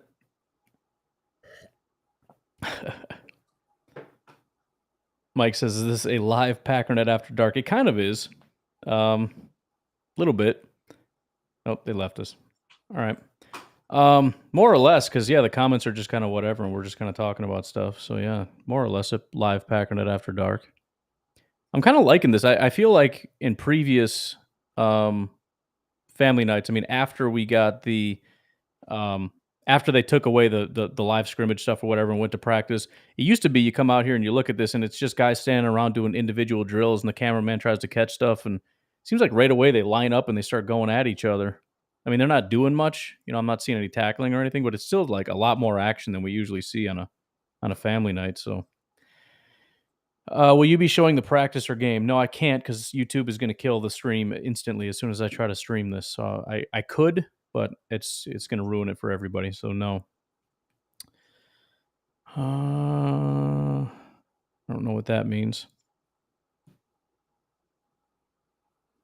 Jordan says putting Billy at left tackle in the playoffs the past couple years and force feeding Tay led to those losses. I don't disagree. I mean, the offensive line was a problem. Billy was a massive problem for that offense. I never understood why they liked him so much. Rodgers was obsessed with him. The coaches were obsessed with him. They kept putting him in there. He gave up more pressures than anybody by nearly double. It was pretty brutal. And yeah, I do think force feeding Tay. I mean, you get to be too dependent, and even it's not just Rodgers was too dependent. I mean, the whole team, all the plays, the whole offense went through one guy. That's just not sustainable. You know, it gets to the point where if you can take away Tay, you can win the game. And now you can take away whoever you want. It doesn't matter. We don't really have a star. So what are you gonna do? Take away Lazard? Like, okay, you're taking away 10% of our offense. Congratulations. We still got the rest to go. Is there any concern long term with Crosby? Yes, there is long term concern. There's even short term concern. I think he's going to win the job if he can come back healthy. But long term, it seems like they've been trying to get rid of him for about 5 years. So eventually, they will find a replacement, and that'll be a sad day. But they're still trying. I don't know if Burkick's going to be the guy. I think if Mason was there, it would be a pretty easy competition. But it's just the fact that Mason isn't there that's starting to cause a little bit of concern for me. Oh, I know. Now I know what you guys are talking about. They keep talking about names. I don't know what they're talking about. We got a Mike Lane and a Mike Lannis. And I just thought it was the same guy arguing with himself about his name. I was like, what the heck are you talking about, dude? Here we go. We got a little Packer gear going on now.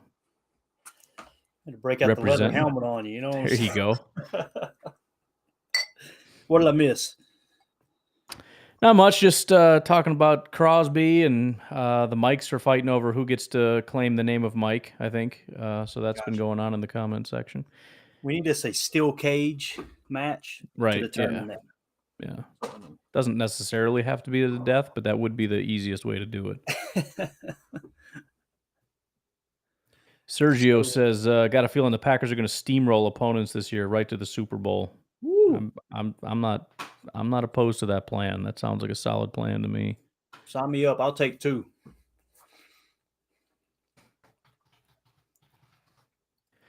Yeah. You got Leroy Butler getting inducted. When is that? Yeah, Saturday? right. Saturday or Sunday? Is it Sunday? I'm not sure, but yeah, that's super awesome. It's always nice when a great Packer gets in, but when he's also just a great person, you know, there's so many guys, especially Packers. There's so many guys that, you know, they stay in the community. They say Gilbert Brown, you know, is another guy. He's just plugged in. People see him at the grocery store. He's just a guy, you know. I love that. Leroy Butler. These guys are royalty, but they act like they're just average people just hanging out. I love those guys. I completely agree, man. Mike says a little concerned about Sean Ryan, not hearing much about him from camp notes. Yeah, I don't know about concern necessarily, but you're right. I'm also kind of the mind of I know they want him to be the guy. And I talked about it before about Aaron Rodgers saying we got to see, you know, we got the guys we got to see what the guys with 2 names can bring us. So he's talking about the 2 guys, Zach Tom and Sean Ryan. And so it's obvious that they're trying to push them into those spots, but he hasn't really gotten a ton of opportunities. He's kind of battling for that second team right guard spot right now. I haven't seen him get in first team at all. It would be nice to get him rotated in there. Even with the line they have now, you know, when you put Royce on the outside and Hansen, the backup center, in that right guard spot, it'd be nice to see him kind of get to that level where he's competing with Hansen for that first team right guard spot. But sounds like right now he's not quite there yet. Obviously, he's a powerful force of a human being. It's going to be more about understanding and technical stuff. So, you know, maybe it's year 2, maybe it's year 3, whatever. It's a long-term thing. I don't know that he ends up getting a role this year, but the cool thing is he's one of those guys that down the line we're going to be looking at saying, man, that was a great pick. You know, we don't really 100% need him right now. We could use him. But, yeah, I mean, if he comes in next year when we're kind of hurting and he ends up being a real solid, sort of like a John Runyon type or whatever, that's just a road grader on that right side, I'm more than happy being patient, giving him a year or even if it's 2 years to get it figured out, as long as he can do the job. Absolutely. And, that's what's so great about taking multiple swings. We Right. talked about it in the offseason, taking multiple swings at wide receiver, multiple swings at offensive line. That's why you do it. You'll probably, if you take three at one position, you'll miss on one. One will be an incubator, and one will probably come in and contribute pretty soon. Cassidy Hill on Twitter says Amari Rodgers, Romeo Dobbs, Aaron Jones, and Rico Gafford have practiced returning kickoffs tonight. Rico Gafford is kind of picking up some steam, right? He is, man. He really is. That was one of those guys I went back and looked at some of the notes, and I was shocked how many notes Rico Gafford has. Like, holy cow, he's really standing out. Mm-hmm. One-on-one drills, Juwan Winfrey makes a great contested catch, and Rasul Douglas knocks it out for a forced fumble. I love that. Yeah, Hearing Sorry, Roger talk about Rasul Douglas's intelligence too. Did I hear that right? Yeah. Yep. Ryan Wood says apparel wins for Yash Nyman against Rashawn Gary to start the one-on-ones. He's now 4-0 versus Gary in camp. That is impressive because Gary's killing everybody, but Yash is 4-0 against him. That's crazy. That is awesome, man. Yeah, for sure.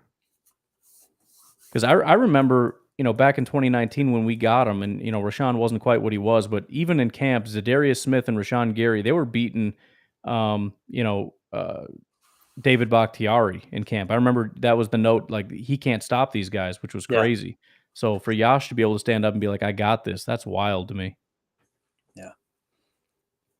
Oof.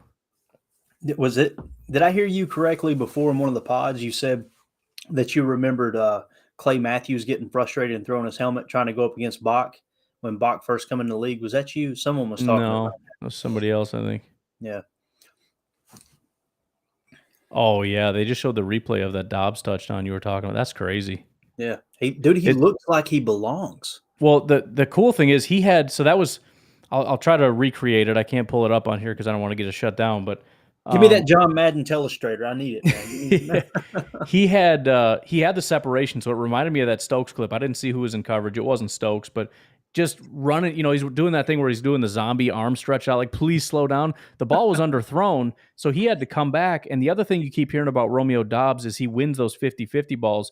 There's been 2 notes of him mossing people, just going up over the top. That's what he did here. The ball was so underthrown, he slows down, jumps over the DB, grabs the ball, rips it out of there, and gets a touchdown. I mean, it's stuff like that, and that's the reason why he's getting trust. I keep seeing notes about him, too, where, here you got the one-on-ones going. But I keep hearing notes about him where he's blanketed. They still throw to him. He still catches it. The fact that Rodgers has that level of trust when a guy's draped all over him to say, I'm going to throw it anyways. Ooh, who was that? 98 just killed somebody. I got to get down with these numbers a little bit better. Is that Canella, Sal Canella, the tight end, just got a touchdown there? With my ghetto stream, I can't even see the numbers, dude. I'm just seeing it looks like I'm watching somebody play John Madden football 1993 right now. That's horrible. Yeah, they're jumping all over the place. So I'm trying to catch some stuff, but but I love that with Dobbs is they're still just, that was a great throw and catch. Who is hold up, sorry, I'm trying to say stuff and do talk about whatever it is I'm talking about. That was Samori Toure. 83 in the corner of the end zone. Beautiful throw right in the corner, right into his hands. Samori Toure with a touchdown in the corner of the end zone. Who's he going up against? Is that 30? That's Gaines, Ennis Gaines. That was pretty.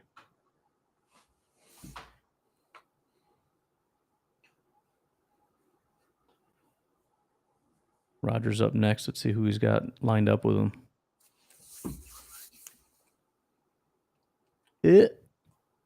Nope, he missed it. It was a good throw, but he wasn't there. That was Sammy Watkins up against Stokes. We'll give Stokes a win, even though it was just a bad throw. Rodgers pointed at himself. He knew he messed up. I just seen that Toure catch, man. That was nice, wasn't it? Yeah, that was pretty. Nice. It was a good throw, good catch. I was going through look at that. Notes That's Amari. Amari Rodgers, yeah. Beautiful touchdown against Shamar Jean Charles. That was a rocket. Who threw that? Was that Love? Or that might have been Etling. He might have been next. I'm not sure. That was real pretty. That was just a great throw. There wasn't a lot of separation there, but it was a perfect throw. That was Rodgers that threw it. That makes sense. Just a rocket.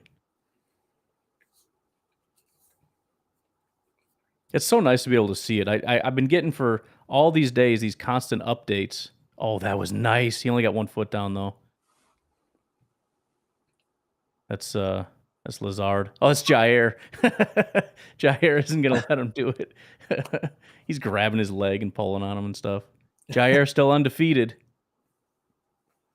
You know what? Jair probably forced his leg out a little bit too. He kind of carried him out of bounds.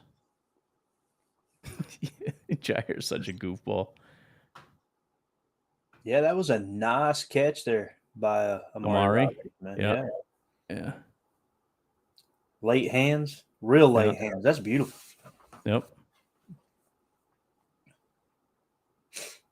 Touchdown, Tyler Davis. Didn't get any separation, but just big man touchdown. Oh, that was a garbage throw. What was that? Maybe it was I don't know if he wasn't supposed to run that route or what. That was ugly from Jordan Love.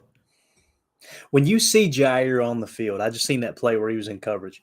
He is just, I don't know, man. He's on a different level. Yeah. He just tackling people. Yeah, it's just the confidence and the swagger. You know, you're not going to fool him. He's right there.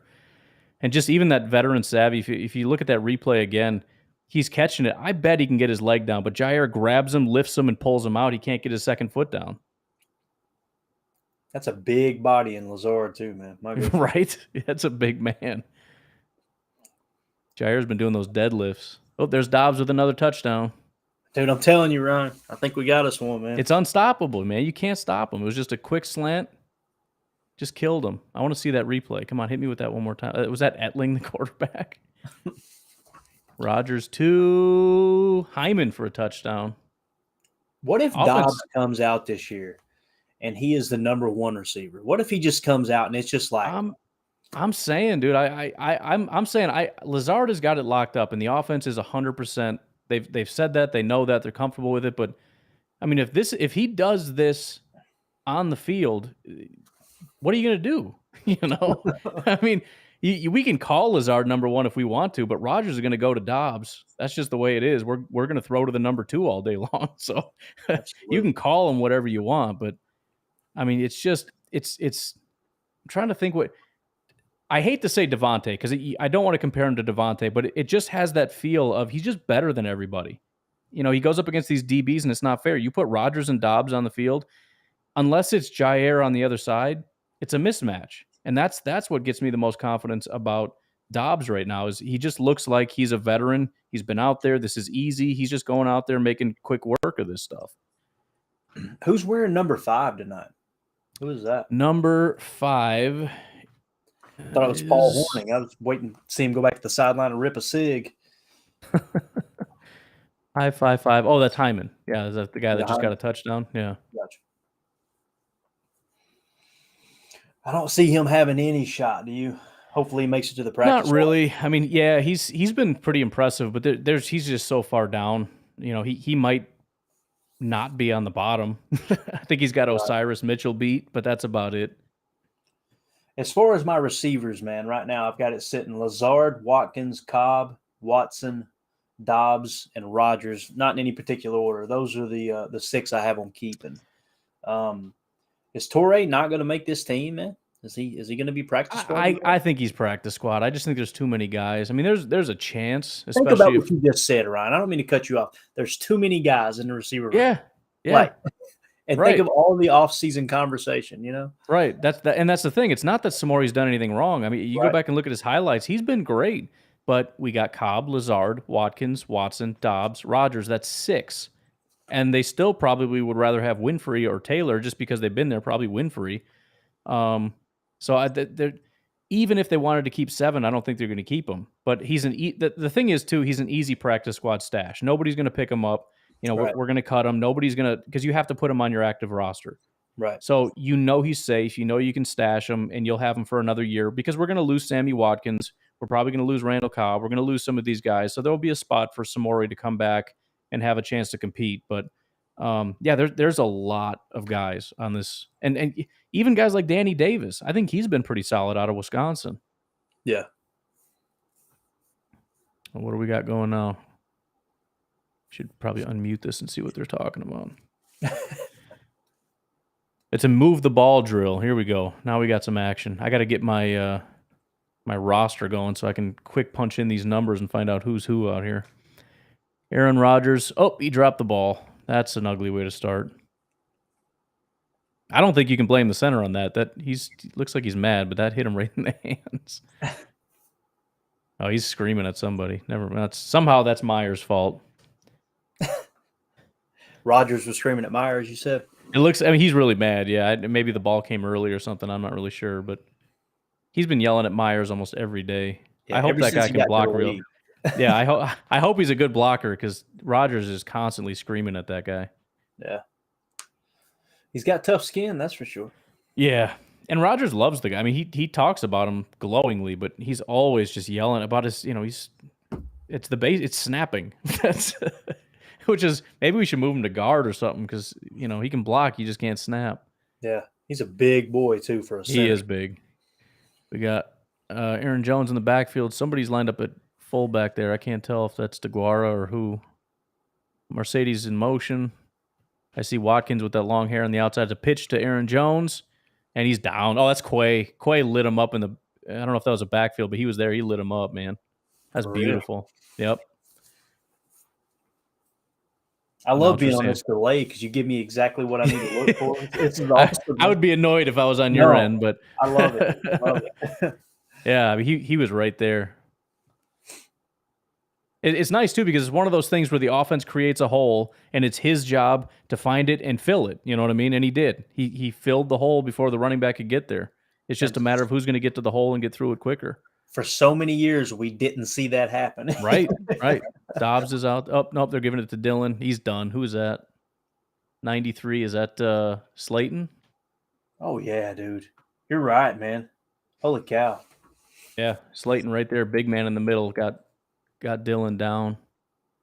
All right. What is are we doing downs? I'm not sure if this is downs or not. I'm sure it is. They're not telling me what it is though. I think it's fourth if that first one was a botched snap. I think they're going to count that. Maybe they didn't. I don't know. Either third or fourth down. Dillon's still in the backfield. Deep ball down the sideline. Nope. That was to Lazard. Stokes is over there. He pushed him out of bounds. That was great coverage by Stokes. Defense coming to town, man. They're looking good. Not giving anything. There's nowhere for anybody to go. Giving up nothing up front. Perfect coverage. JJ Leahy just did a super chat. $2. I'm so far behind on the comments. What do we got here? You gonna upload? JJ, I'm sorry, man. I'm trying. So it's giving me some kind of error. So I got to take the recording and put it on a new one. But I'm trying to do this right now. But I will do that. So I guess this is fourth down. I don't know. Rodgers scrambling out of the pocket. Oh, he's got somebody. Winfrey? Yep, Juwan Winfrey. It's Jacob's boy. There you go. Does he have a shot of making this roster if everybody's healthy? If they do 7, that's about it, I think. I don't think there's any chance of making the 6, but I think if they go 7, the 7th is Winfrey. He's looked good. He's another guy who looks real good. Is there a spot for him? Right. They love Winfrey. He's producing. They trust him. He's got experience. I think he's a good player. I think he could do the job, but yeah, there's just too many guys. Jordan Love's out there now. Right now too. Yeah, me too. Jordan Love, Mercedes in motion. Handoff to nice cut, but still nowhere to go. Who got him down? Jones. Who's running? He's got his jersey all hiked up. I can't see his number. Oh, that's Goodson. It was a nice cut trying to get to the outside, but that defense that's the thing, man. You try to go up the hole, there's nothing there. He bounces to the outside, and there's 3 guys there. I love that so much, that swarming defense where, you run into 2 guys, you go over here, you run into 3 more. It's just the whole team is just there. Yeah. I love that so much. I'm a big defensive guy, man. I love low-scoring games. I love all that. When we went to that Seattle Seahawks game last year and it was the shutout game, oof, I was just in heaven, man. Danny Davis, nice throw and catch there. Didn't see who was in coverage.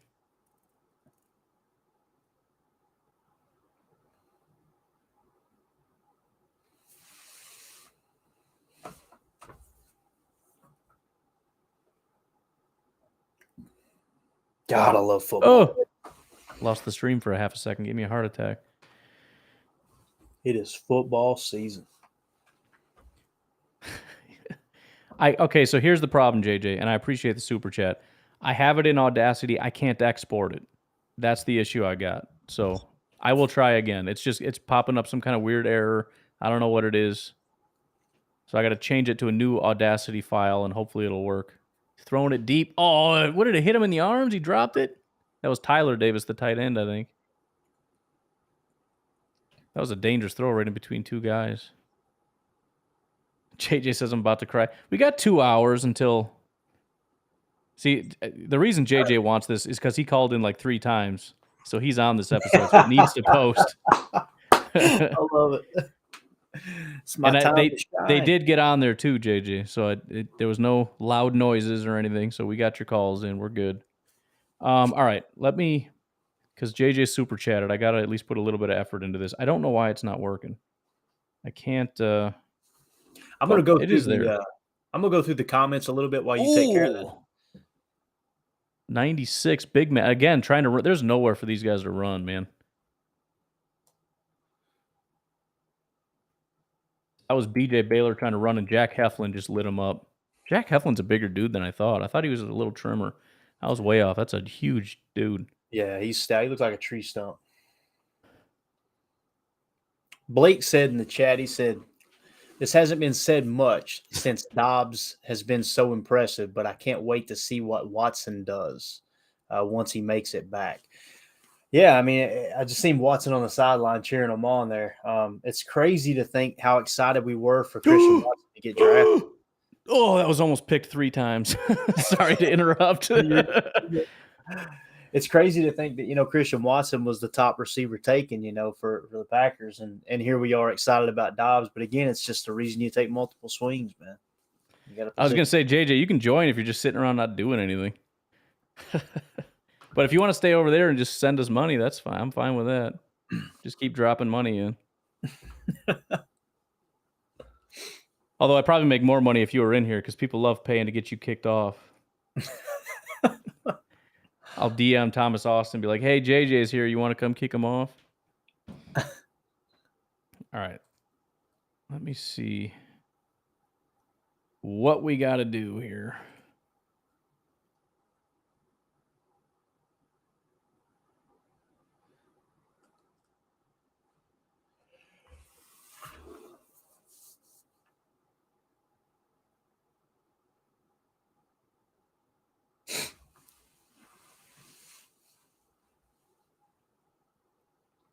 Did I hear correctly last night that they told the story during the Hall of Fame game that Leroy Butler was actually drafted by the Niners? Did you hear that? Somebody said that. I didn't hear the story, but yeah, they said that the Niners tried to draft him or whatever, but his sister was on the phone. Dude, again, they're trying to run, and the defense just comes flying up and lights them up. I don't know, man. I think there's a case to be made that if he's not on that defense, they might not win that Super Bowl in '96. Right. He's a solid guy. He was such a good safety, man. Someone who could blitz, someone who could cover the slot. I love hearing him talk about covering Shannon Sharp and how when they would go into that install that week, he would tell, was it Shermer, Fritz Shermer? Am I thinking right? Was the defensive coordinator at the time?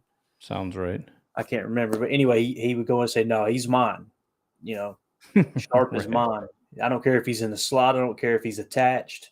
I'm covering him. We're making progress on this, JJ. We're getting there, man.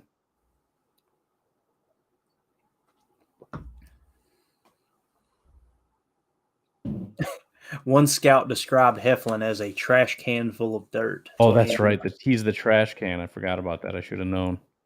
I've never heard that story. Did they really call him a trash can? Yeah. That was last year's thing. Trash can full of dirt. Wow. That's what he looked like on that play, too. It's just running into a big old trash can full of dirt.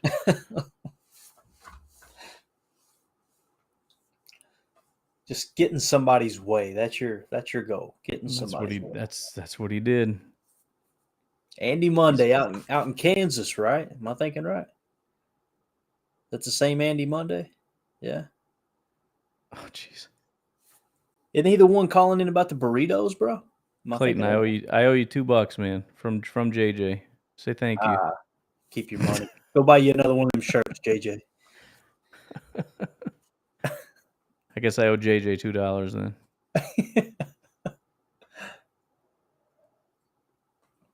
Oh man, must Right, be one nice more. just to throw money around like that, man. JJ's loaded. I'm telling you.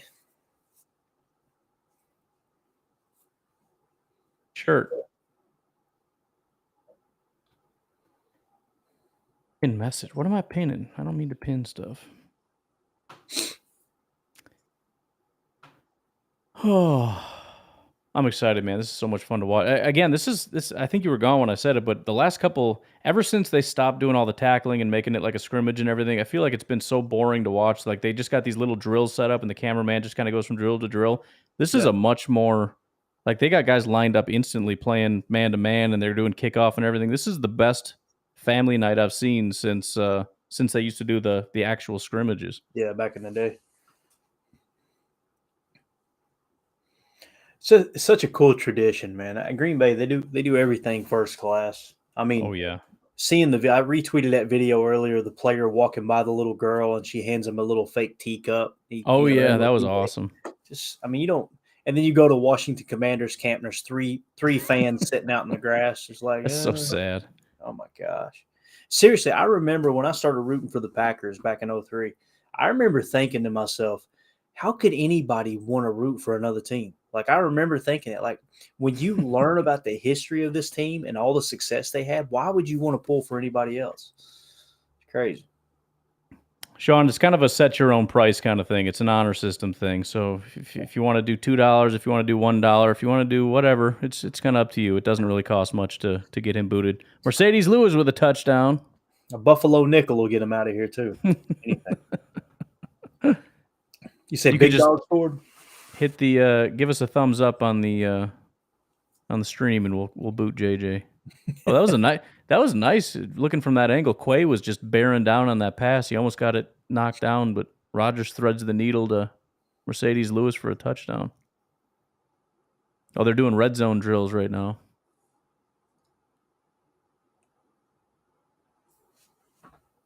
Randall Cobb, Romeo Dobbs, A.J. Dillon getting split out.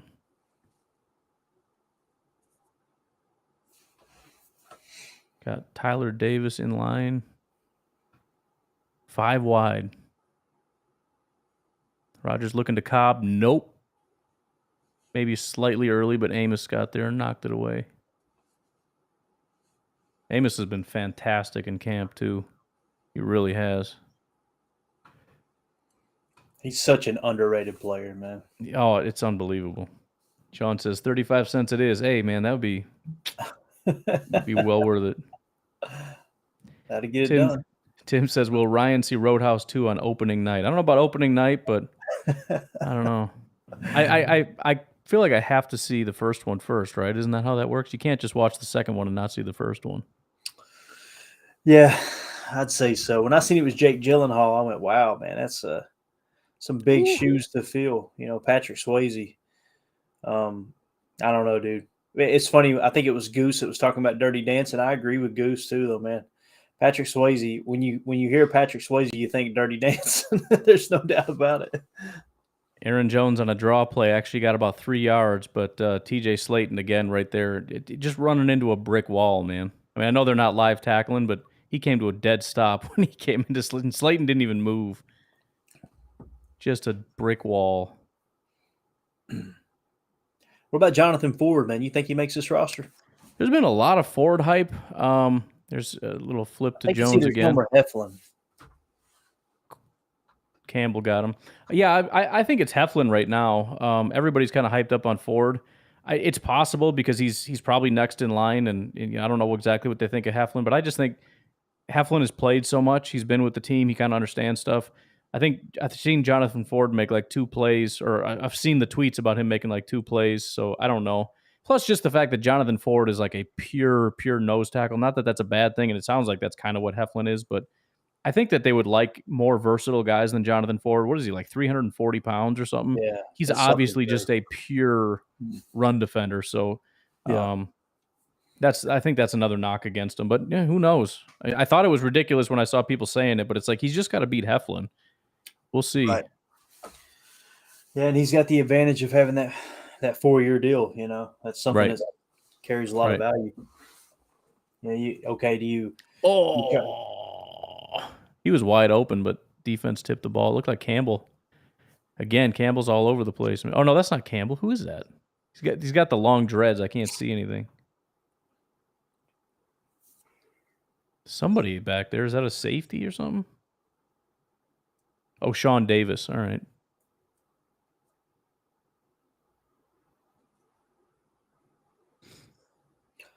Who's playing Brad Wesley and Wade in the reboot? Man, that's a great question.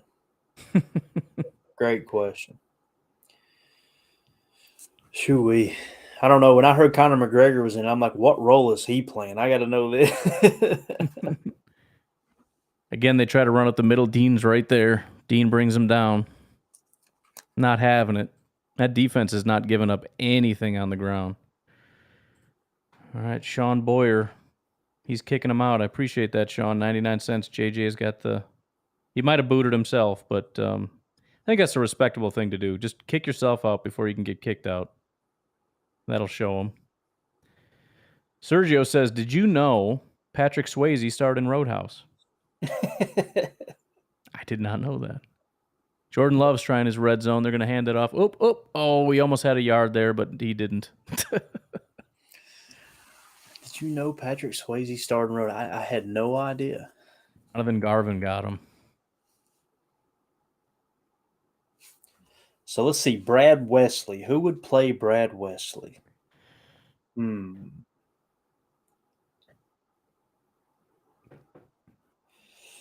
would play Brad Wesley? So just so you know who Brad Wesley is, Ryan, that's the big business tycoon, the one that you said he's trying to gain complete control over the church and the gas station. Got it. Who would play him? Who is a big? I think it's Elon Musk. Elon Musk makes his movie debut, right? His Hollywood debut. Elon Musk plays Brad Wesley's character. Definitely. And then who was the other one he mentioned? Wade. I haven't seen the movie in so long, I don't even know who these people are anymore. Brenda sent a super sticker, $4.99. Sheba Dog saying, good job, while raising his thumb up. That must be the description of the sticker, but I appreciate that, Brenda. Thank you very much. Thank you, Brenda. Appreciate it. Oh, he's talking about Wade Garrett. I always knew him as Garrett. So that was Sam Elliott's character. Sam Elliott's character. Sam Elliott was kind of the older, bad you-know-what, man. He's kind of Dalton's mentor. Who would that be? BJ Baylor with a rushing touchdown. I got it. Stone Cold Steve Austin. That's who would play Wade. Done deal. I got a feeling if this was a live game, this doesn't end up being a touchdown, but maybe. We'll see. I don't know. Who was it? BJ Baylor got the rushing touchdown. It looks so good for the defense. Like they swarmed that edge so hard, but they're playing kind of soft. They can't really hit, so I'm thinking maybe taking a little bit off. He got in the end zone. Is it just me, or is Taylor just sinking to the bottom of that running back room? I think when he got the only thing that was holding him up is the fact that he had experience and he looked pretty good. But once he got hurt and he left the field, like the only contribution he made, I think, was a fumble. And then he gets hurt, and now he's gone. Yes. So the two new guys are like at the top of the order right now, I guess. I don't know. That was a terrible throw, but he caught it. Touchdown. Samori Toure. Dude. Jeez, these guys, man. Again, it's the question of does he make it? I don't think there's any chance, but this is such a horrible underthrown ball by Etling. He goes back and slides and catches it. That could have been a pick, but he just goes back and gets it. Beautiful. Seeing that sideline shot of Matt LaFleur talking with Jordan Love, coaching him up. Yep. Ryan, I want Jordan Love to hit so bad, man. Oh, yeah. No kidding. Between he and Amari Rodgers, just to shut everybody up, man. Yep.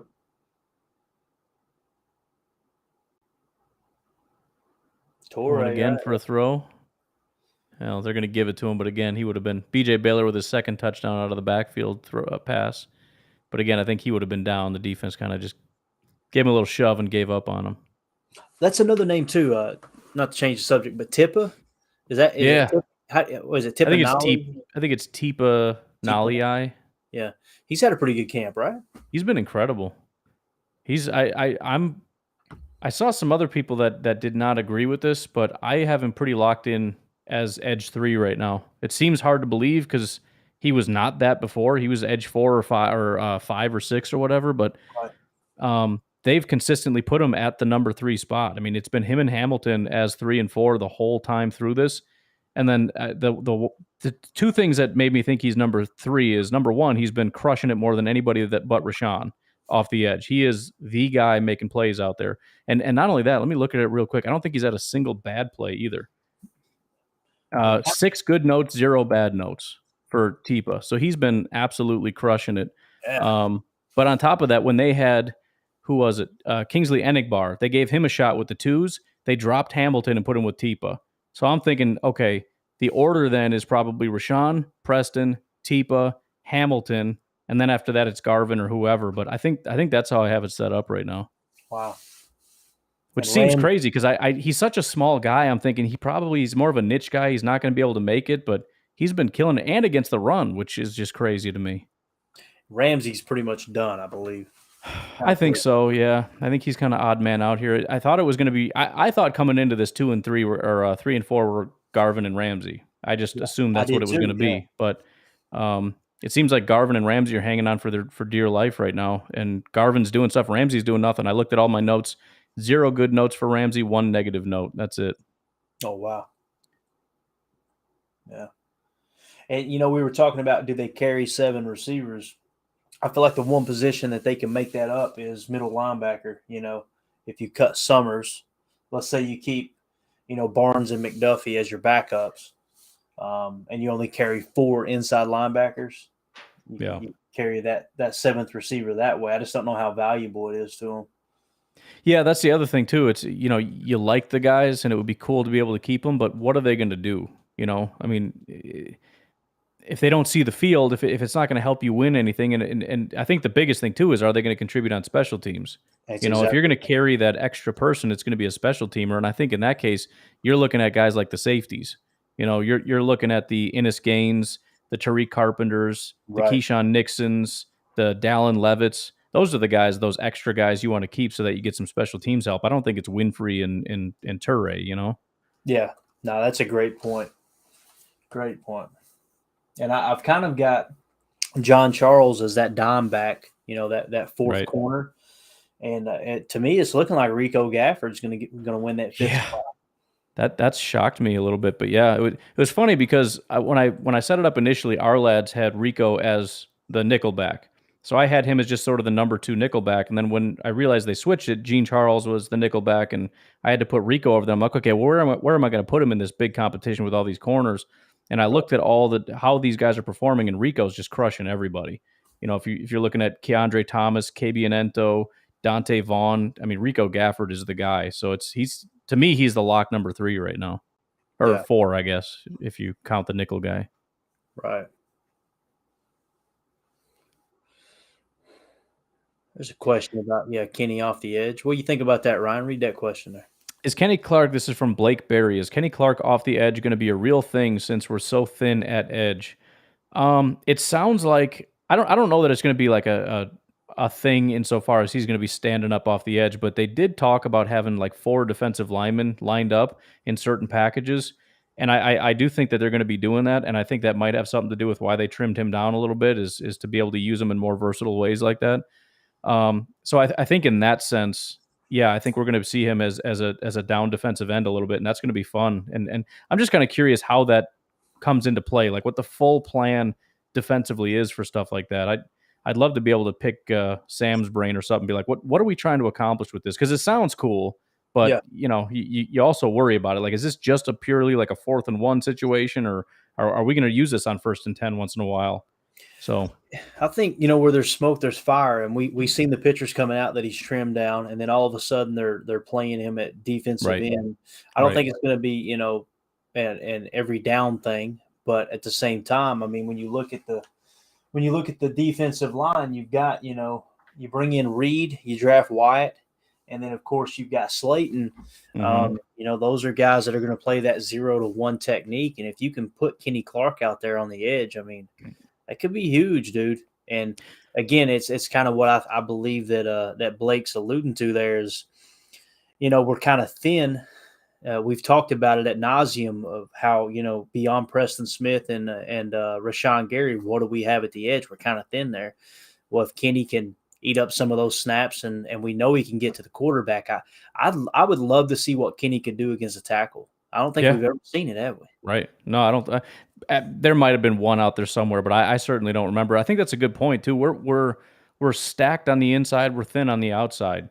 So Yes. not only do you trust, you can do it because you trust the guys on the inside. So Right. you can pick 2 more guys to put on the inside. You could put 3 more guys on the inside if you wanted to. But also the other thing is if you do that, you're giving Rashawn and Preston a rest too.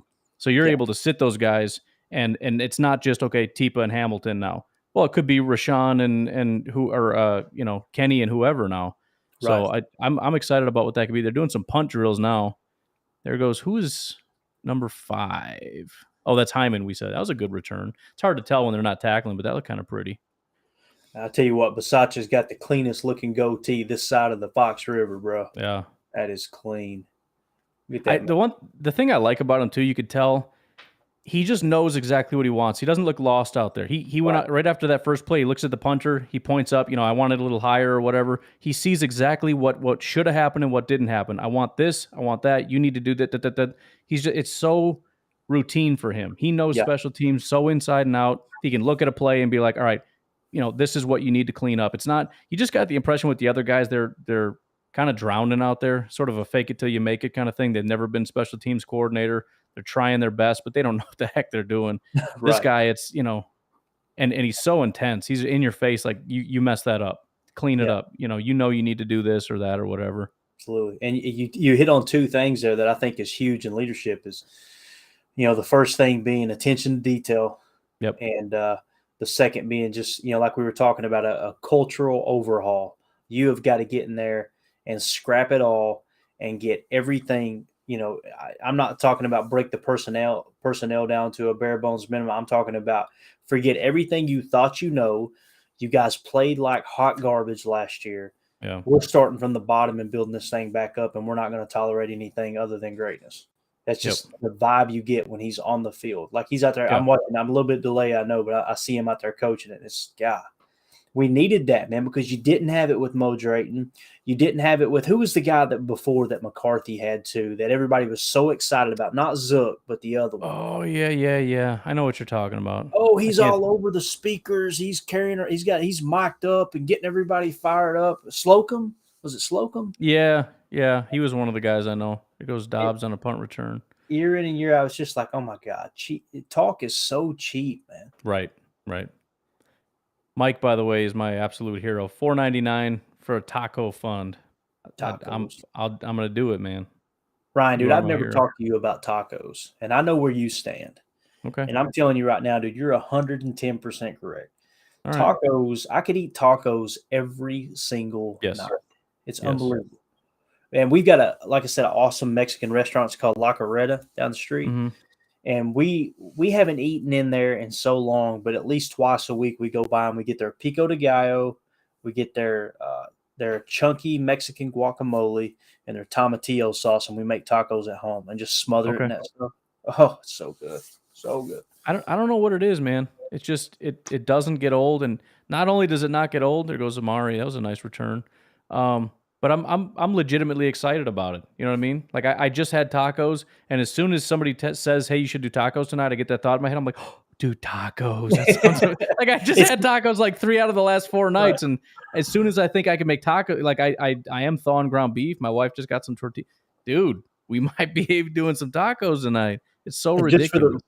For the record, I voted for Matt Ramage's meat, bro. Yeah, he cracked me up. It was everything was just that was so funny. And it's funny though because when he said it, I'm going, you know what? If I could only pick one, probably would be ground beef because tacos. You gotta have it. Well, it was funny. I thought about ground beef, and I'm like, that's going to be like the hidden thing I'm going to get in the third round because it's like burgers and tacos. It's perfect, but everyone's going to be picking steaks or whatever. But that's Right. and of course he gets it first overall pick. It's like that's such a it's such a Ramage thing. That's freaking hilarious. It's such a Quay Walker pick. You were going, I'll get him in the later round. Wrong. Exactly. That's a Packers pick right there. Everybody says that was too early, and then they're going to eat it and be like, dude, that's freaking delicious. That was a great pick. Absolutely. Dev says Al Davis is my hero. Yeah, so Al is not on the stream today. I haven't talked to Al in a really long time. So Al is the originator of Packernet.com. Him and his brother started it. I want to say like 1997 or something crazy. It was like 1 year after Packers.com started. He started Packernet.com. So you want to talk about history? This is like one of the oldest. Yeah, it's one of the oldest Packers. And actually, they started it to sell cheeseheads, and they started a business doing that. They actually it was pretty lucrative. They sold cheeseheads online, the cheese hats. Yeah. And basically, the Packers store kind of put them out of business once Packers.com or whatever started selling them. They couldn't really do much business, but that's how it started. And then it kind of we got. Kevin came in and kind of did Packernet 2.0, turned it into what it is now with the RSS feed and all the cool stuff. And I kind of completed the trio doing the podcast and everything. And that's kind of how Packernet is where it is right now today. That's awesome.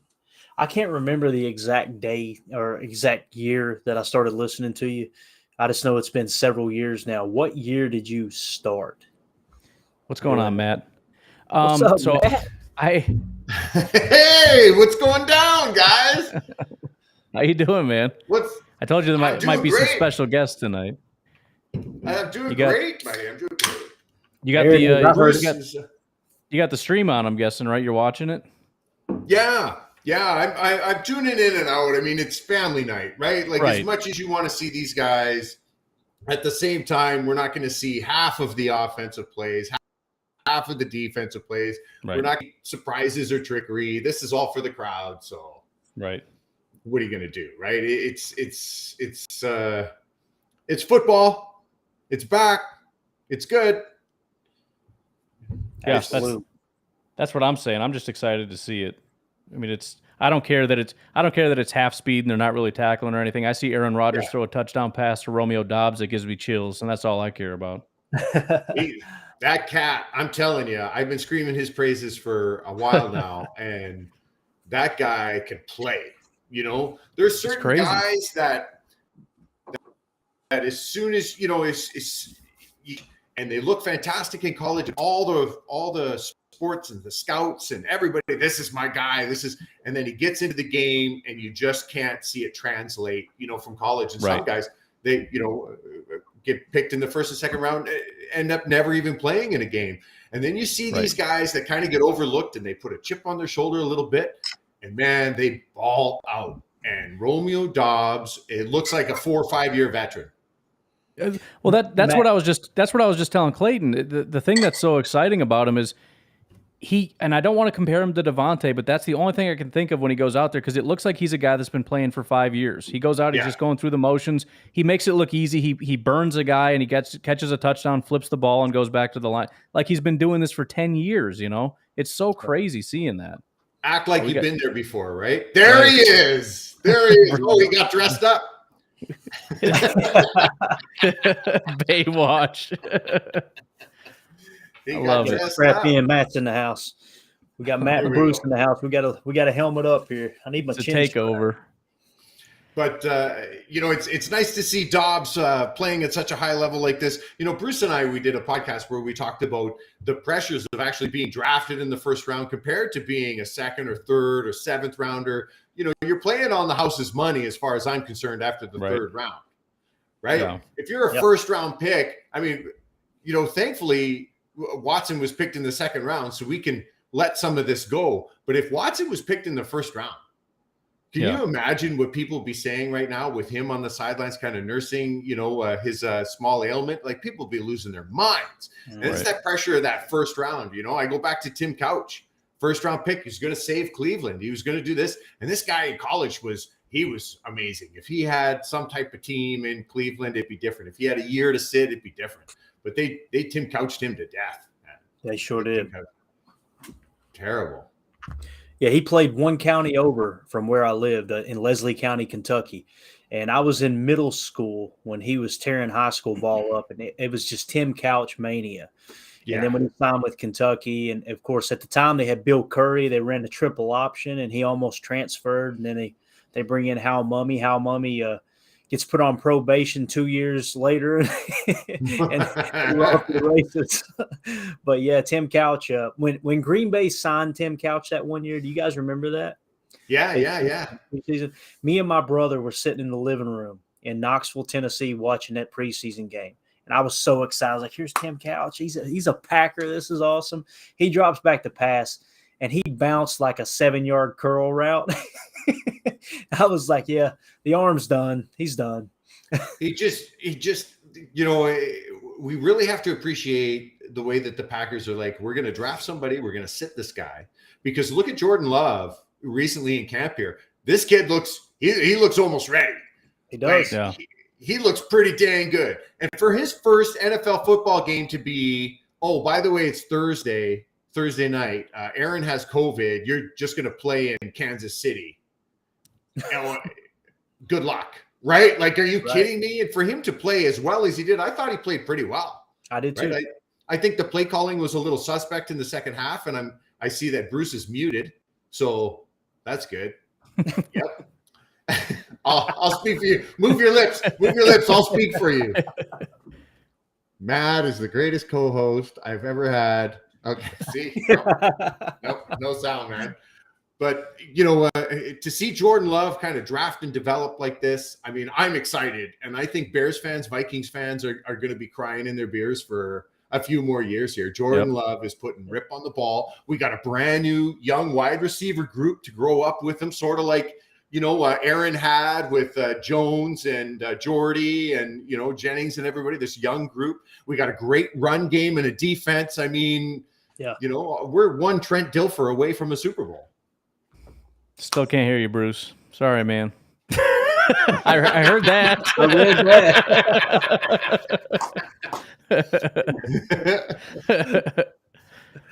No, I can tell you exactly what's going to happen. Romeo Dobbs is going to come out. He's going to start tearing people up. And what you're going to hear from Vikings and Bears fans is, of course, here we go again with the Packers. Again, they just draft some wide receiver. And same thing they say with the offensive line. Again, another fourth-round guy out of nowhere is going to tear it up at tackle. Well, I'm excited about finally putting to bed this notion of the quarterback makes the wide receiver or the wide receiver makes the quarterback. Because here we go. If Davante Adams goes and makes Derek Carr a superstar, okay, and Aaron comes out and falls on his face, then we know, okay, Davante, the wide receiver, does it. If it's the other way around, where Aaron just takes, give me Dobbs, right? Like, give me that kid in the third row there, and makes him a superstar, and Davante's production goes straight down, well, there's your answer. Yeah. Oh, he just left. I was going to say, we got to put him on the big screen here just because it'd be funny to watch him struggle. Deep throw to Lazard doesn't get there. Offense can't do jack, man. The defense is just smothering. It takes a while for the offense to get going. Usually takes a couple, 2-3 games. I mean, if you remember last season, Aaron sat out, and then he wasn't practicing as much. And it was probably about the third or fourth game before the offense actually looked like it was moving. It's one of the most frustrating things being a defensive player is you come out in the game opener and the defense is rip raring ready to go. Ears are pinned back and we're performing, 90 percentile. And then you've got the offense over there. Somebody's running left instead of right. Somebody runs a curl route when they were supposed to go deep. The wide receiver isn't looking. Definitely. Yeah. It takes a while. Yeah, but with Dobbs, the thing that stands out to me, it seems like usually when especially a later round pick, when it comes to receiver, they may do one or two things well. Like just from the highlights I've seen, I don't see any flaw in his game. He's good on the release. Right. He's crisp on the route runs. He's got late hands catching the ball. You've seen him absolutely roast Stokes, who we know has blazing speed. It's just like, how did this guy fall that far if indeed this is legit? I mean, we all know he may come out week one and flop. We know that. But right now, I can't remember a receiver. I don't even remember Davante Adams creating this buzz in training camp. No. We cannot hear you, Bruce. God, it We sucks, can't. Bruce. Just move your lips. Just move your lips. I'll speak for you. It's been a long day. Thank you very much, Ryan. I'd like to be on, but my wife confiscated my microphone. I'm only allowed to play for 2 hours a week. Go to your computer. Are you on your computer? Go to your computer. For me? No. Oh, hey! I heard something. You there? I think There you are. Yep. There yep. we go. Yeah. Oh, and he left. Unbelievable. Right now, he's throwing his phone up against the wall and swearing, right? But, you know, All right, there- try this again. I'm a professional. Oh, listen. there you go. Wow. Something. There we go. That's the problem. Look at that smoke right there. You see that? Yeah. It's that ayahuasca. Eh, Yeah. Oh, It's that my- ooey. sense. It's that, yeah, it's incense. That's what I Yeah, tell my yeah, kids. yeah. It's dad's special flower. Chakra. Blake, I cannot see his tattoo, but I haven't been looking, so sorry. I'm actually followed by Aaron Rodgers Tattoo on Twitter, so I'm sure you could find. I felt honored when I got the follow back on Aaron Rodgers Tattoo. Some of those accounts are fantastic. Yeah. Like Larry McCarron's pinky, right? I Yeah, love that. yeah. Cracks me up. What was it? What was it? The fly on Joe Biden. Who was it? There was a Yeah. fly. Oh, yeah. Remember? And then the guy had a Twitter account. Man, he had 1 million followers within an hour. Within an hour, it was ridiculous. Brilliant. Absolutely brilliant. Right? So can we Yeah. hear Bruce or not? Yeah, I think you guys can There hear There we me. go. He's there. Awesome. Yeah, good. Here You know, is I got a question for everybody here about Dobbs. Do you think it makes Dobbs look that much better having Aaron Rodgers, or do you think he would look just as good as if we were using, say, Kurt Bendikert or Jalen Hurts or Sam Darnold? Yeah, again, I think just the way that he's winning, being able to get the separation that he has and all that stuff. I mean, maybe a different quarterback can't get the ball where it needs to be, but he's doing everything he needs to do. He's getting separation, he's making all the catches, he's making all the right routes, and even when he's covered, again, Rodgers is throwing it to him. He's just manhandling these guys. He's going over them, he's going through them, he's catching the pass. So, yeah, I don't think it matters who he's throwing it to. He's just doing all the right things. yeah. The only flying in the ointment here with him, because I know we're all fired up, but even specifically about Dobbs, I've been statting out these Lazard is comparing, and I know that it's on the pod, and Matt's going to start playing out of the slot time. The only other person that has similar numbers he did, Cooper Kupp had a year, had a franchise setting NFL year, but if you say that Lazard is going to be Great content. out of the coming out of the slot 7% of the time, with the 65% catch and a bunch of numbers, is really good art. Am I the only one that can't hear everything Bruce is saying? This is the longest. Serious? This is like we can hear- ordering at Popeye's Chicken in the drive-thru. We can hear 80% of what you're saying, which makes the whole thing sound hilarious. Okay, I'm just You know what I mean? gonna. You're like, I'm no, gonna say time out. two classic sandwiches, 2 classics with fries, and I need a 6-piece. Just sit there and make us look good, Bruce. I really tried. Sean wants to know how much to kick Bruce's mic off the stream. Give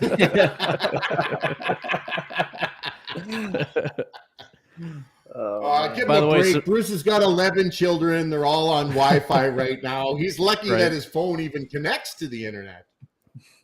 I caught Samori I'm Toure out. getting a big touchdown. Nice. Bruce, Outta you here, hate it, Bruce. man. That's terrible. I don't know. My fault. I'm glad this is actually happening here because generally you blame me.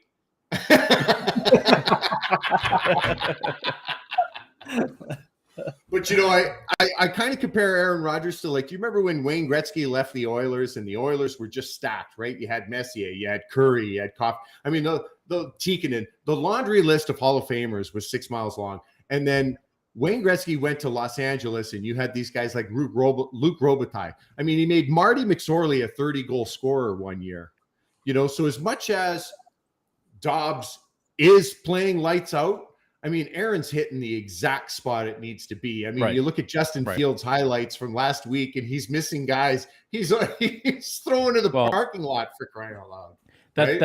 So Romeo Dobbs just crushed Ento down the sideline. He got a good couple steps on him, but Ettling was the guy throwing and just overthrew him. So you got to have a guy that can get the ball to you, or it doesn't make any difference. But that's what's great about having Rodgers is if that was a real game and that was Rodgers playing, that's 6 points right there because he just burned the corner down the sideline.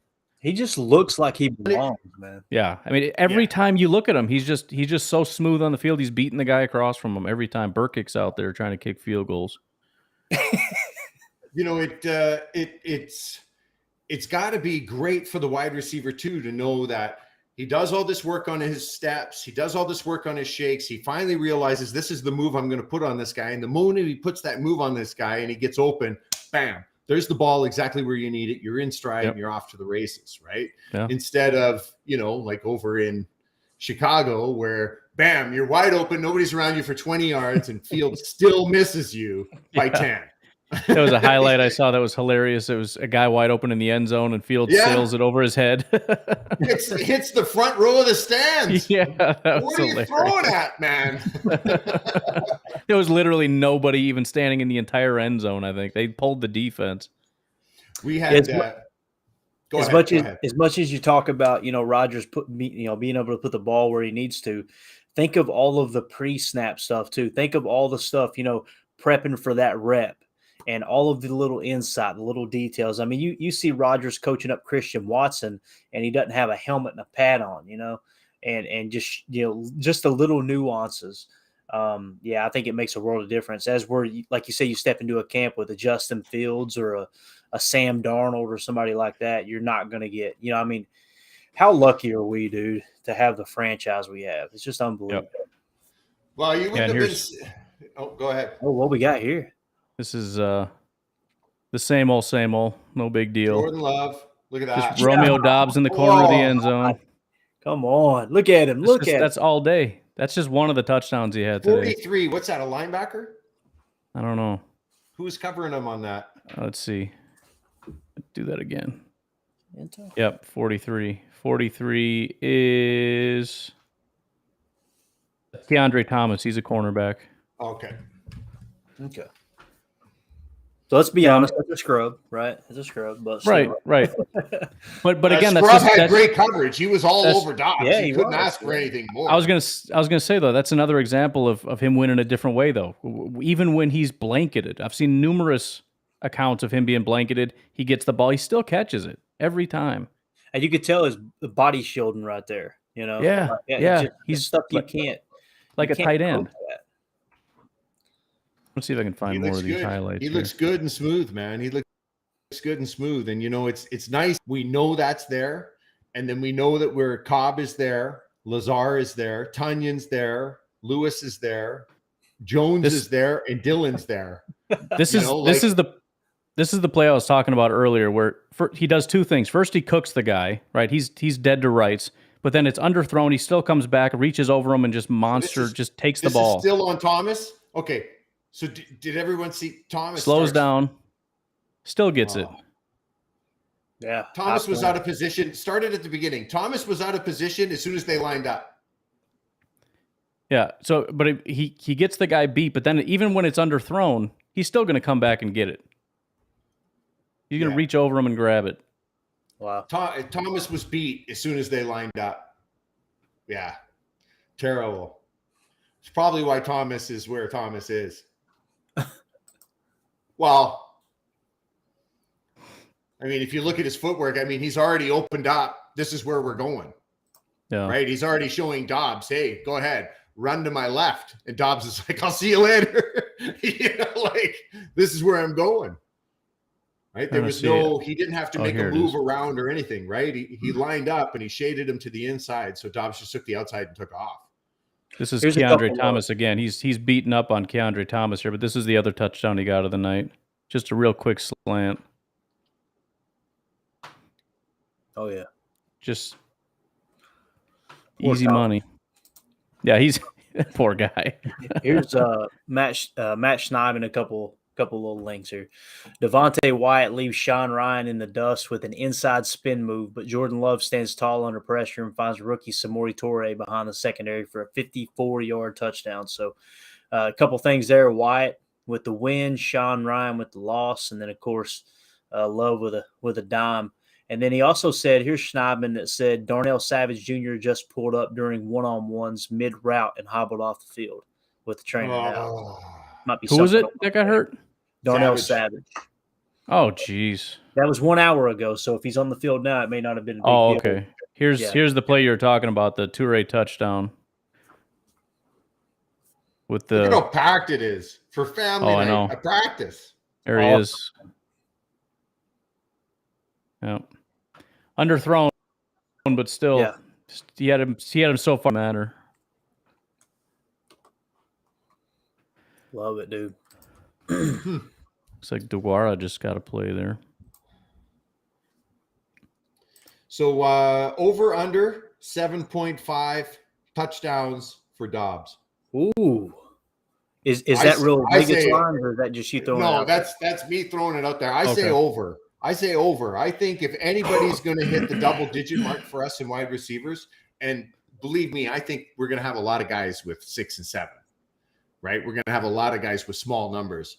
But I think Dobbs is the guy.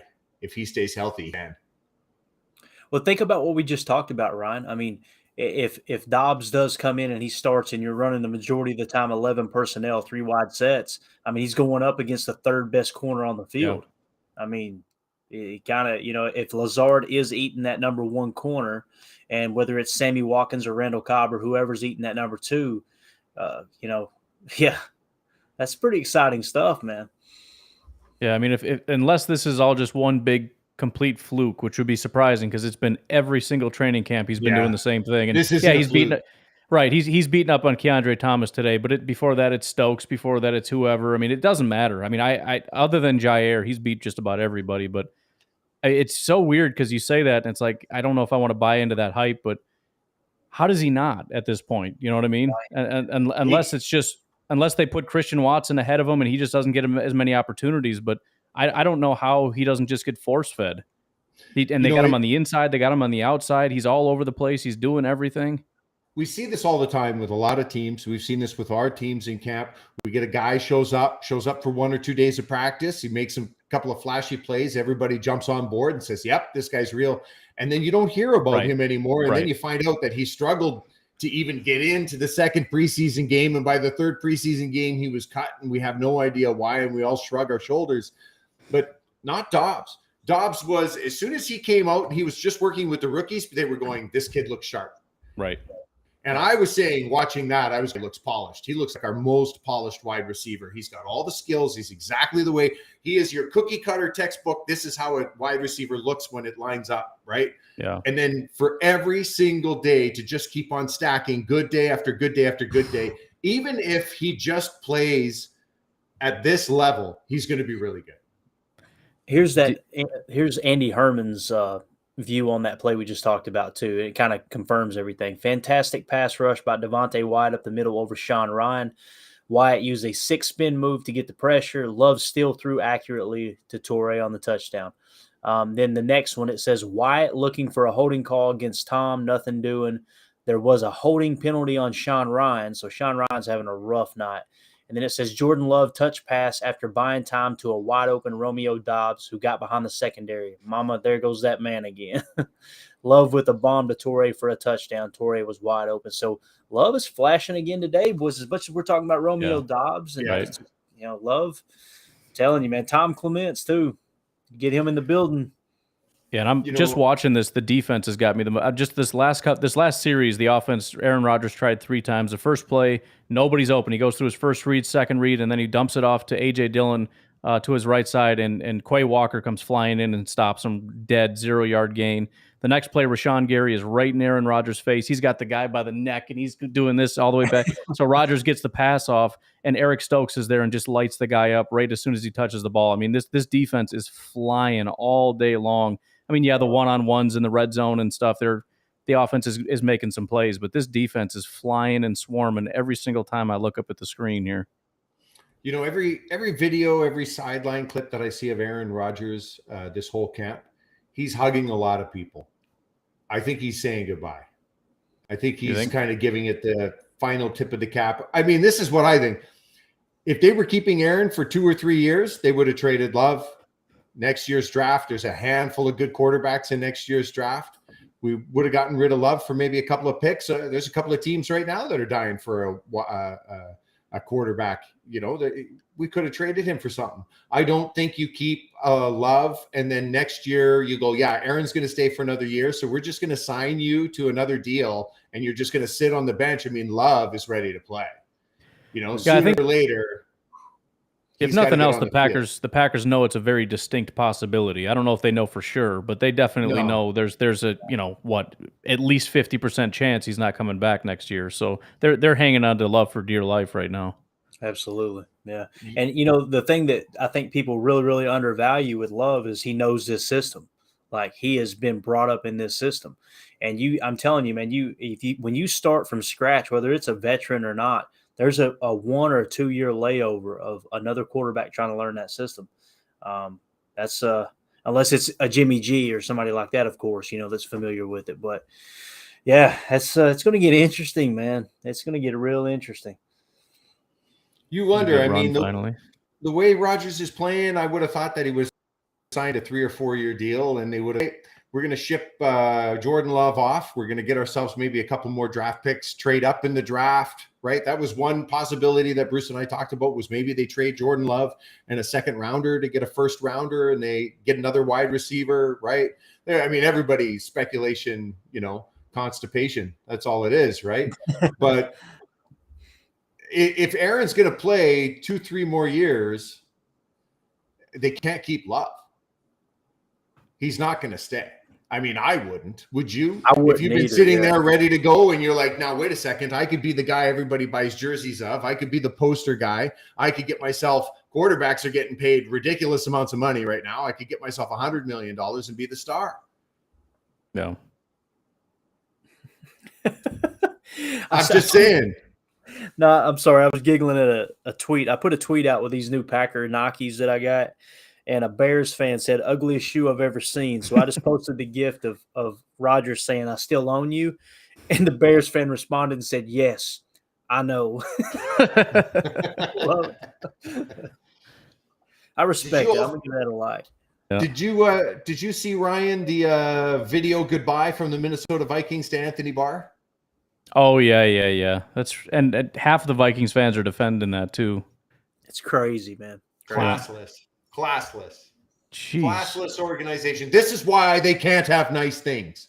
That and Kirk Cousins, right? Yeah. Oh, I mean, you got to hand it to Kirk Cousins. What is it? $128 million, 0 playoff wins. How do you do that? Hey, how do you do y'all that? cracked me up on the pod last night.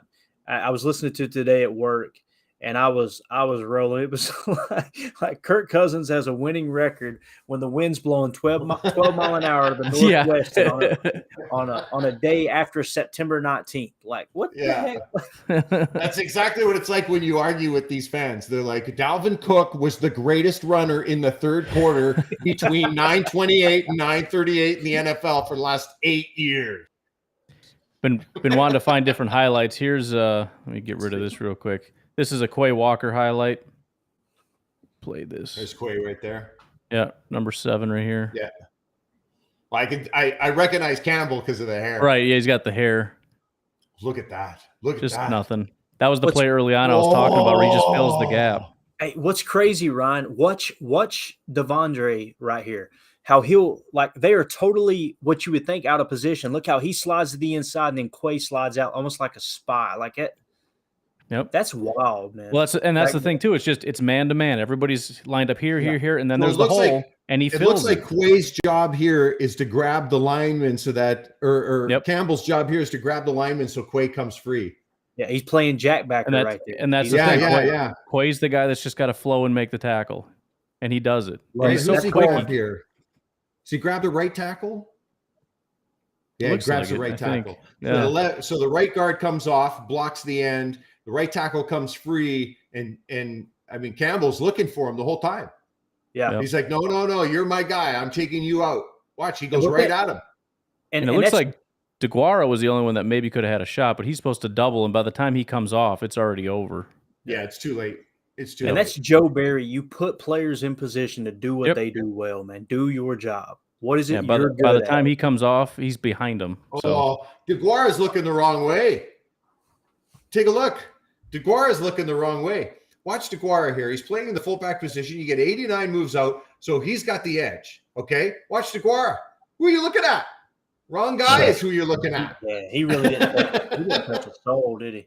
No, he touched the same guy that was being blocked by the wide receiver that came out, 89 that came out. He's the same guy. Yeah, looks like he was trying to chip and then come off, but that was so far. It was so convoluted. Terrible, DeGuara, terrible. And I say this as I sit from my couch. What's that? Ryan, good job with the highlights, dude. Dang. Yeah, I'm trying to find some different stuff here. You got to be careful searching on Twitter, though. I tried to find Devonte Wyatt. I typed in Wyatt, and there's a guy with not a lot of clothing on. I was like, you know what? I don't care about Wyatt that much. I don't need to see Wyatt. Let's see what Quay Walker. Quay is not a common name. I don't think there's a lot of Quays on there that without clothes on. That was like our Packers Without Borders pro tip for the week. When Google searching Gary Oldman, don't forget the R. Oh my god! Yeah. Are your kids old enough to use? Do they use Google, Ryan? I probably, yeah. My kid, he's 11, and so our accounts are linked. That way I can kind of keep track. I can makes sense. Yeah, you know, take a look. Most of what he's looking at is pretty, easy peasy stuff. He's looking at rocket ships and things like that. But like one day there was one. It said, "Is invisible spray real?" And then the next one was, "How do I make invisible spray?" And then the next one was effects of invisible spray on a dog. And I looked at my wife and I said, "I don't know what the heck's going on, but where's the dog?" Like, bring me the dog, right? It's neat to see the progression as he goes through, and he asks one question and then he asks another question. Well, it's scary because it sounds like he's getting answers, so he has to move on to the next one. He figured it out. Like, all right, I got the invisible spray. Now I got to make sure it's okay for the dog. Yeah. Well, one time it said booby traps, and then it said, "Oh, gross, booby traps." I was like, "What came up? What came up, buddy?" What came up the first time when you asked for booby traps? Dude, welcome to Google. There's actually a site here from BuzzFeed, and it talks about the funniest kids Google searches. They are hilarious. Listen to this one. This one was how to put poo in my parents' toothpaste without them knowing. That was a parent caught, right? Here's another one. My little cousin, who was about 12 at the time, searched Russian nukes exploding. And then here's one. How to fight my dad. So one of the kids. Love it. Oh, nice. Who's number 60?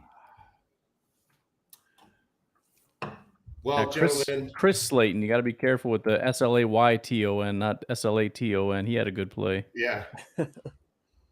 Gentlemen, it's been an absolute pleasure. Ryan, Clayton, you guys take care of yourself. I'll see you on the flip-flop. Go Pack, go. Yeah, thank you, Matt. Appreciate it, man. Thanks for stopping in.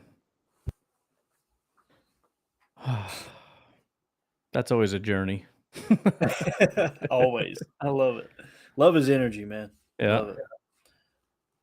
Yeah, that was a good play by the defense there. There was a screen, and Slayton, not TJ, but Chris, sniffed it out, turned around, and grabbed the guy. Oh, for real? Yeah, nice play. Trying to see. I believe old Liam's feed went down. Oh, did it? I think so. Yeah, it did. Yeah. That's good though, man. So practice is still going right now. How long are they going? Do you know? I think it goes to like 10. You got like the fireworks and stuff at 10, I think. Gotcha. Or Cool. that's when it's done, I guess. Yeah. Burkick is up again. I don't think he's missed yet today. So what do you think so far, man, tonight? What's kind of stood out to you? Oh, he just missed. I jinxed him. Dobbs 100%. I mean, the big thing with Dobbs, I think it's not that you need to prove anything to me. It's just please don't stop. You know what I mean? Like even Matt was talking about it. You get these guys and then they kind of fizzle, and it's like, oh, I thought we had something. And at this point, it's been every single practice, so you assume it's not going to. But I'm still nervous. I'm still nervous. It's going to be like, where is he? I haven't heard from him. Like they figure him out or whatever the problem is. But yeah, he continues to dominate. Turay had another good day, but the biggest thing, just from what I'm watching, I mean, from what I'm hearing, there's other stuff, but from what I'm watching, the defense is so just suffocating. The offense can't do anything. That the quarterback has no time. The offensive line can't block them. The running backs can't run. None of the wide receivers are open. And when they do get it, it's like it's a third down. It's one of those things where you're holding your breath and it's like, oh, okay, we live to fight it. And then it's like, oh crap, we got to do it again, and we only went 10 yards. It's Right. that defense that just makes you struggle all the way down, and I just freaking love seeing that. Yeah, I mean, for me, it's definitely Dobbs. Love's flashed a little bit. Devonte Wyatt tonight, it kind of echoed what you were saying, where I kind of overlooked what kind of camp he's had. And then got to talk about the negative too. Sean Ryan, it just seems like he's trending down a bit. Which that's fine. He's a rookie. That's what we expect rookies. We don't expect them to come out hair on fire, but I think we've gotten so caught up in the hype of Dobbs and Quay Walker that who knows, Sean Ryan might not be having a horrible camp, but these other two guys are flashing. But Quay looks like he's a grown man out there. He does not look like a rookie. Yep. A.J. Dillon just had a real big run as I'm praising the defense for not giving up anything. He carved off probably about 20 yards there. Nice. I'm going to go over here to Rob Demoski and see what he's saying, see if he got anything. Got the Packers on the 50-yard line, giving it to Dillon again. Good cut, getting away from him. Defense gets him about 4 yards down. Why do you think the Packers don't allow this to be streamed online for their worldwide fan base? The only thing I could all this stuff comes down to like TV rights. You know what I mean? There's so many rules with it. It's the same with, why can't I watch this over here or whatever, because these people paid billions of dollars for certain rights, and so whatever this is, NBC or whatever is has the rights to this game, so they're the ones broadcasting it, and that's it. So the local NBC affiliate has it, and that's it. And they paid for it. They're not going to let anybody else just have it. So Right. I guess I don't know why they wouldn't try to make it broader. I mean, if this was my thing, I would want to put it out there for everybody because I'm running ads, and if I can quadruple the amount of eyes on my ads and make more money, I would do it. But I don't really know how all that stuff works. Yeah, absolutely. Yeah, it's tough for me too because I feel like, it's what McAfee's done. McAfee's done an excellent job of just having his content available, and now you have all of the sponsors pouring in. But I'm not going to sit here and pretend like I'm a TV exec and understand all the ins and outs. But yeah, I mean, with the Packers and the amount of money they've made this year or last year alone, what showed on the books, you would think they would just kind of, hey, look, let's make it available to all the fans. That would be kind of a cool gesture, seeing that we just raised, $67 million or whatever it was. But that would be another thing too. Another perk is to say, the shareholders, if you're a shareholder, we can make it exclusive to you too. There's just a lot of things they could do different, but Got a good note here from Mariano. Speaking of worldwide, shout out to you guys from Argentina. Thanks for jumping on, man. I really appreciate that. That's awesome. I love seeing stuff like that, man. Absolutely. What's it like being a Packer fan in Argentina? Is that like you got people down there that rep the Packers, or is football not really a thing? And my question is, My question is, what's your go-to meal? I want to know a food, an entree, something That's from a great Argentina. point, I bet they got some great food in Argentina. right? Yeah, I know Brazil. Granted, there's a billion people in Brazil, but I know there's always a ton of people that love the Packers down there in Brazil. Always get a ton of support from the Brazilian Packer fans and all that. Yeah, when I was talking to Steve from UK Packers, he said that very thing, that the Brazilian Packers are unbelievable. That was a great play. Talk to him. Sammy Watkins, kind of one of those back shoulder things. The defense had it, or the defender had his back turned, so he kind of underthrew it, and Sammy just turned around and grabbed it. I might break the rules and replay that one. Just put it on the screen here. Let's do it. Let's stretch it. Hold up, I'm gonna break the rules a little bit here. If you ain't cheating, you ain't trying, right? So I got it paused. Oh, it's not letting me. That's crazy. These things have a, like Hulu and YouTube. They have a really they have a way of doing that where you can't see it on if you try to record it.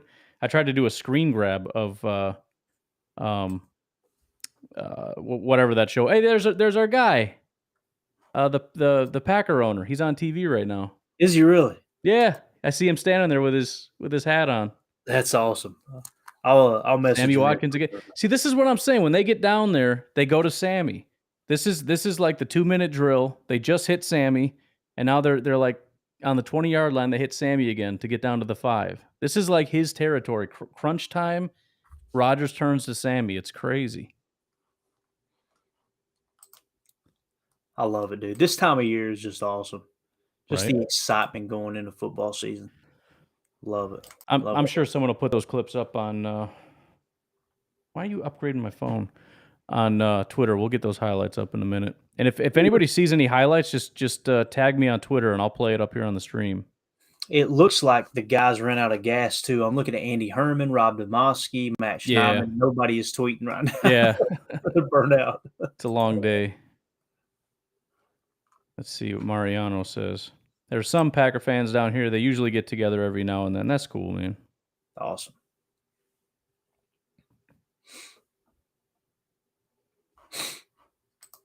Let me check with Schneidman one more time here. See if they get a touchdown. Then I'll do some Twitter searches for those Watkins plays. See if they can get in the end zone, though. 2nd and goal. A.J. Dillon in the backfield. They're going to give it to him. I think he's short. Oh, they're going to give it to him. I think they should have stopped him at the 1. Then again, it is A.J. Dillon. You probably just give it to him. Dillon with a Lambeau leap. Nice. Bro, I got the coolest Lambeau leap recorded like in the Seahawks game. AJ scored. He goes to jump in the stands, and Elton jumps in with him. And the second they leave the ground, my wife falls down and knocks the phone out of my hand. By the time I pick it back up, they're already out of the stands. I'm like, oh, my God. But she's a hoot, man. See if I can see a little bit on that offensive line. Who helped on that block for A.J. Dillon on that touchdown? Mariano said, but no, football is usually some sort of taboo with us being so all about soccer. I feel like he's in his basement hiding from his family watching American football. Right? He's up in the attic. Yeah. Like what's his name? Chevy Chase on Christmas Vacation up there, got the head wrapped and watching. I was thinking Anne Frank, but yeah, we won't go there. Anne Frank. Trying to get us canceled. Is that too far? Sorry. Bro, the best, I'm going to say it. You might get mad, but I'm going to say here we go. The best meme I ever seen was a picture of Anne Frank, and it said, yeah, we can have Totino's pizza rolls, but we have to be quiet. I was crying. I was like, oh, my God. Like, let's sneak out for just a second and make some pizza rolls. Now, not just pizza rolls, but Totino pizza rolls. All right, Sean wants to know who's going to be worse this year, Lions or Bears? Oh, that's a great question. Yeah. I don't know, Ryan. I as much as I would like to see the Bears be worse than the Lions, I don't know. I mean, all signs point to the Lions being the better team. I mean, they have They have the system in place, where the Bears are kind of starting over. Justin Fields was horrible last year, but it's hard for me to pick the Lions in any positive scenario. Right. I got the Sammy play here. Somebody put it up. Awesome. We'll see it. This is against Eric Stokes. So Stokes is in his pocket, but it's one of those things where it's just, they got that mind meld thing going on. He underthrows it. Sammy comes around and grabs it. It's frustrating for a guy like Stokes too, because you feel like you're doing everything right. Like, yep, I'm in his pocket. We're all good. Nothing there. Wait a minute, he's gone. Why are you stopping? Yeah, I mean, he did do everything right. Yeah. Sammy looks pretty good though. He looks healthy, don't he? I was kind of thinking he was going to be a little overweight the way he came into camp talking about, I was just sitting around getting fat and thought, I'll come try to play football. He looked all right though. And here was the very next play. And it's what I'm saying. Once they get down into this territory, it seems like Rodgers. So he gets down to about the 20 with Sammy, and then immediately goes to Sammy. This is crunch time, Sammy time. Just a quick little. Oh yeah. Get down to the 5. Yeah. Easy money.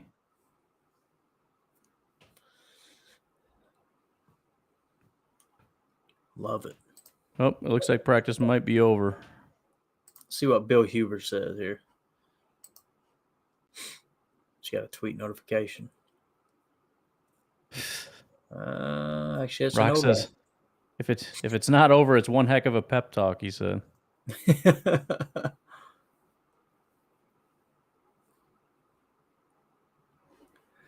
All right, man.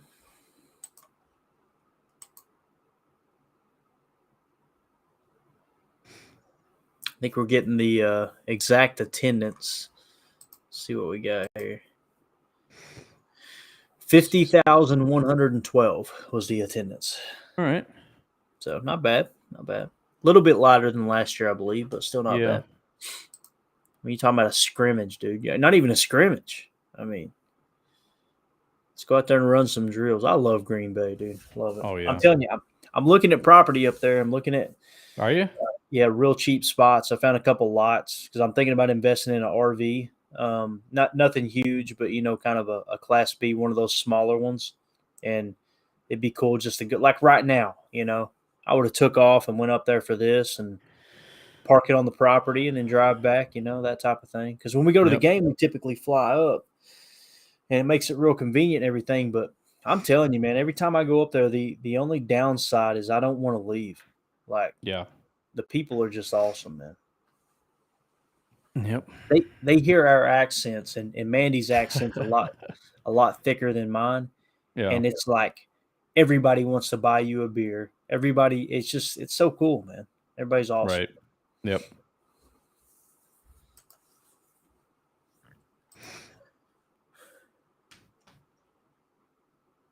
John Kuhn saying something. I don't know what the heck he's saying though. Let's see. Let's see if I can. You hear anything? I don't hear anything, no. All right, hold on. I got to keep clicking these to see if we can. Tell me when you can hear it. Okay. Got it. All right. All right, now we talked about it. Year 12, but a young 12 years. John Kuhn talking to Randall Cobb. 5 days in a row, 4 of which heavy pads. How's the body holding up? The body's doing well. It's not like in our day when we had training camp, 3-hour practices, 2-a-days, and all those things. It's been great so far. It's great to see some of the young guys stepping up and making a lot of plays, and we're going to have a lot of things to be excited about this year.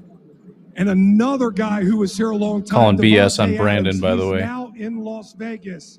You are now the elder statesman. How are you leading? How are the young guys doing? Well, I was the elder statesman when he was here too. So, no, but we're gonna miss Tay. But we wish him well out in Vegas. But we got some young pups that's gonna step up and make some plays. Bringing in Sammy, you saw what he can do, making some plays tonight. I look forward to seeing a lot of fireworks in the stadium this season.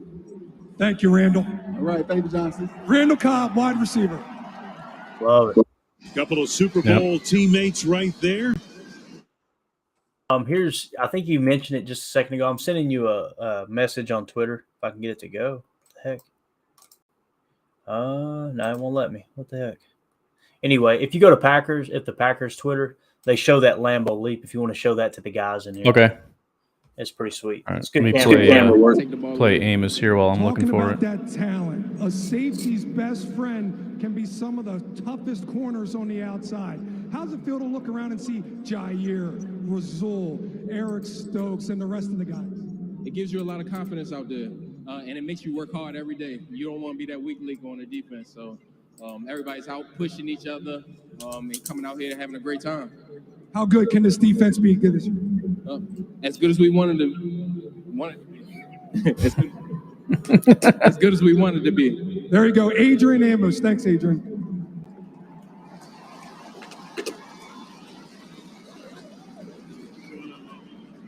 And now we got one half Quad Father, the other half Quadzilla, fan favorite AJ Dillon in the house. How you doing? How you doing? AJ, I felt things getting a little spicy down here around the end zone. You guys Oh, no. Come back. finally punched one in there against the defense. How much of an asset has it been going against that very good defense this year? Yeah, it's getting us better every day. We probably got we got the best defense in the league. So going up against them every day gets you a lot better, and it's always great competition.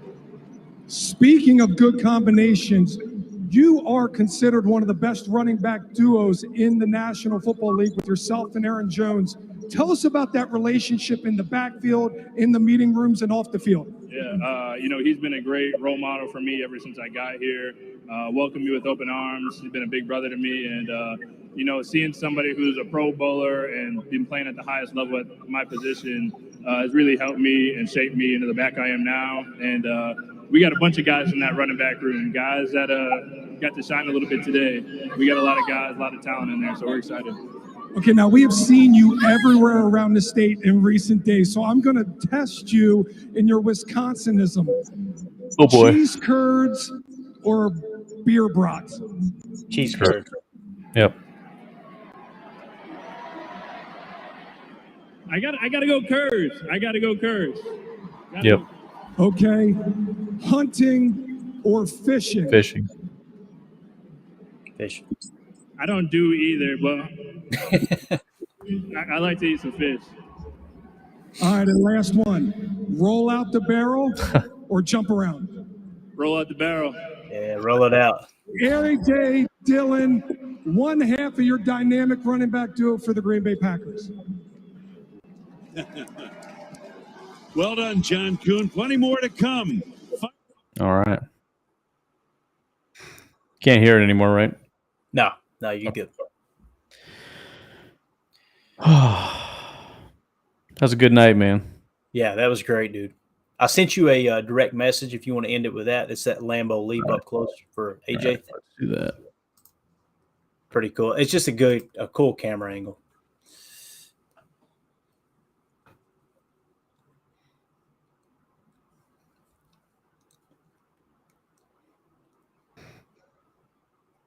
Love it. Look at that place, man. So majestic. That's cool.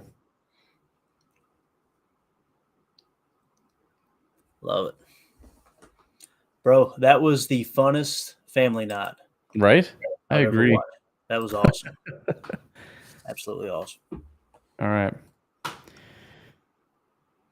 Cool, man. Well, I think we'll probably bounce out of here. We don't need to wait for the fireworks. If you guys want to watch it at home with your kids or whatever, I think that's what I'm going to do. I'll pop upstairs, see if the kids are up, maybe watch some fireworks. So, Clayton, I appreciate you hanging out with me, man. That was a lot of fun.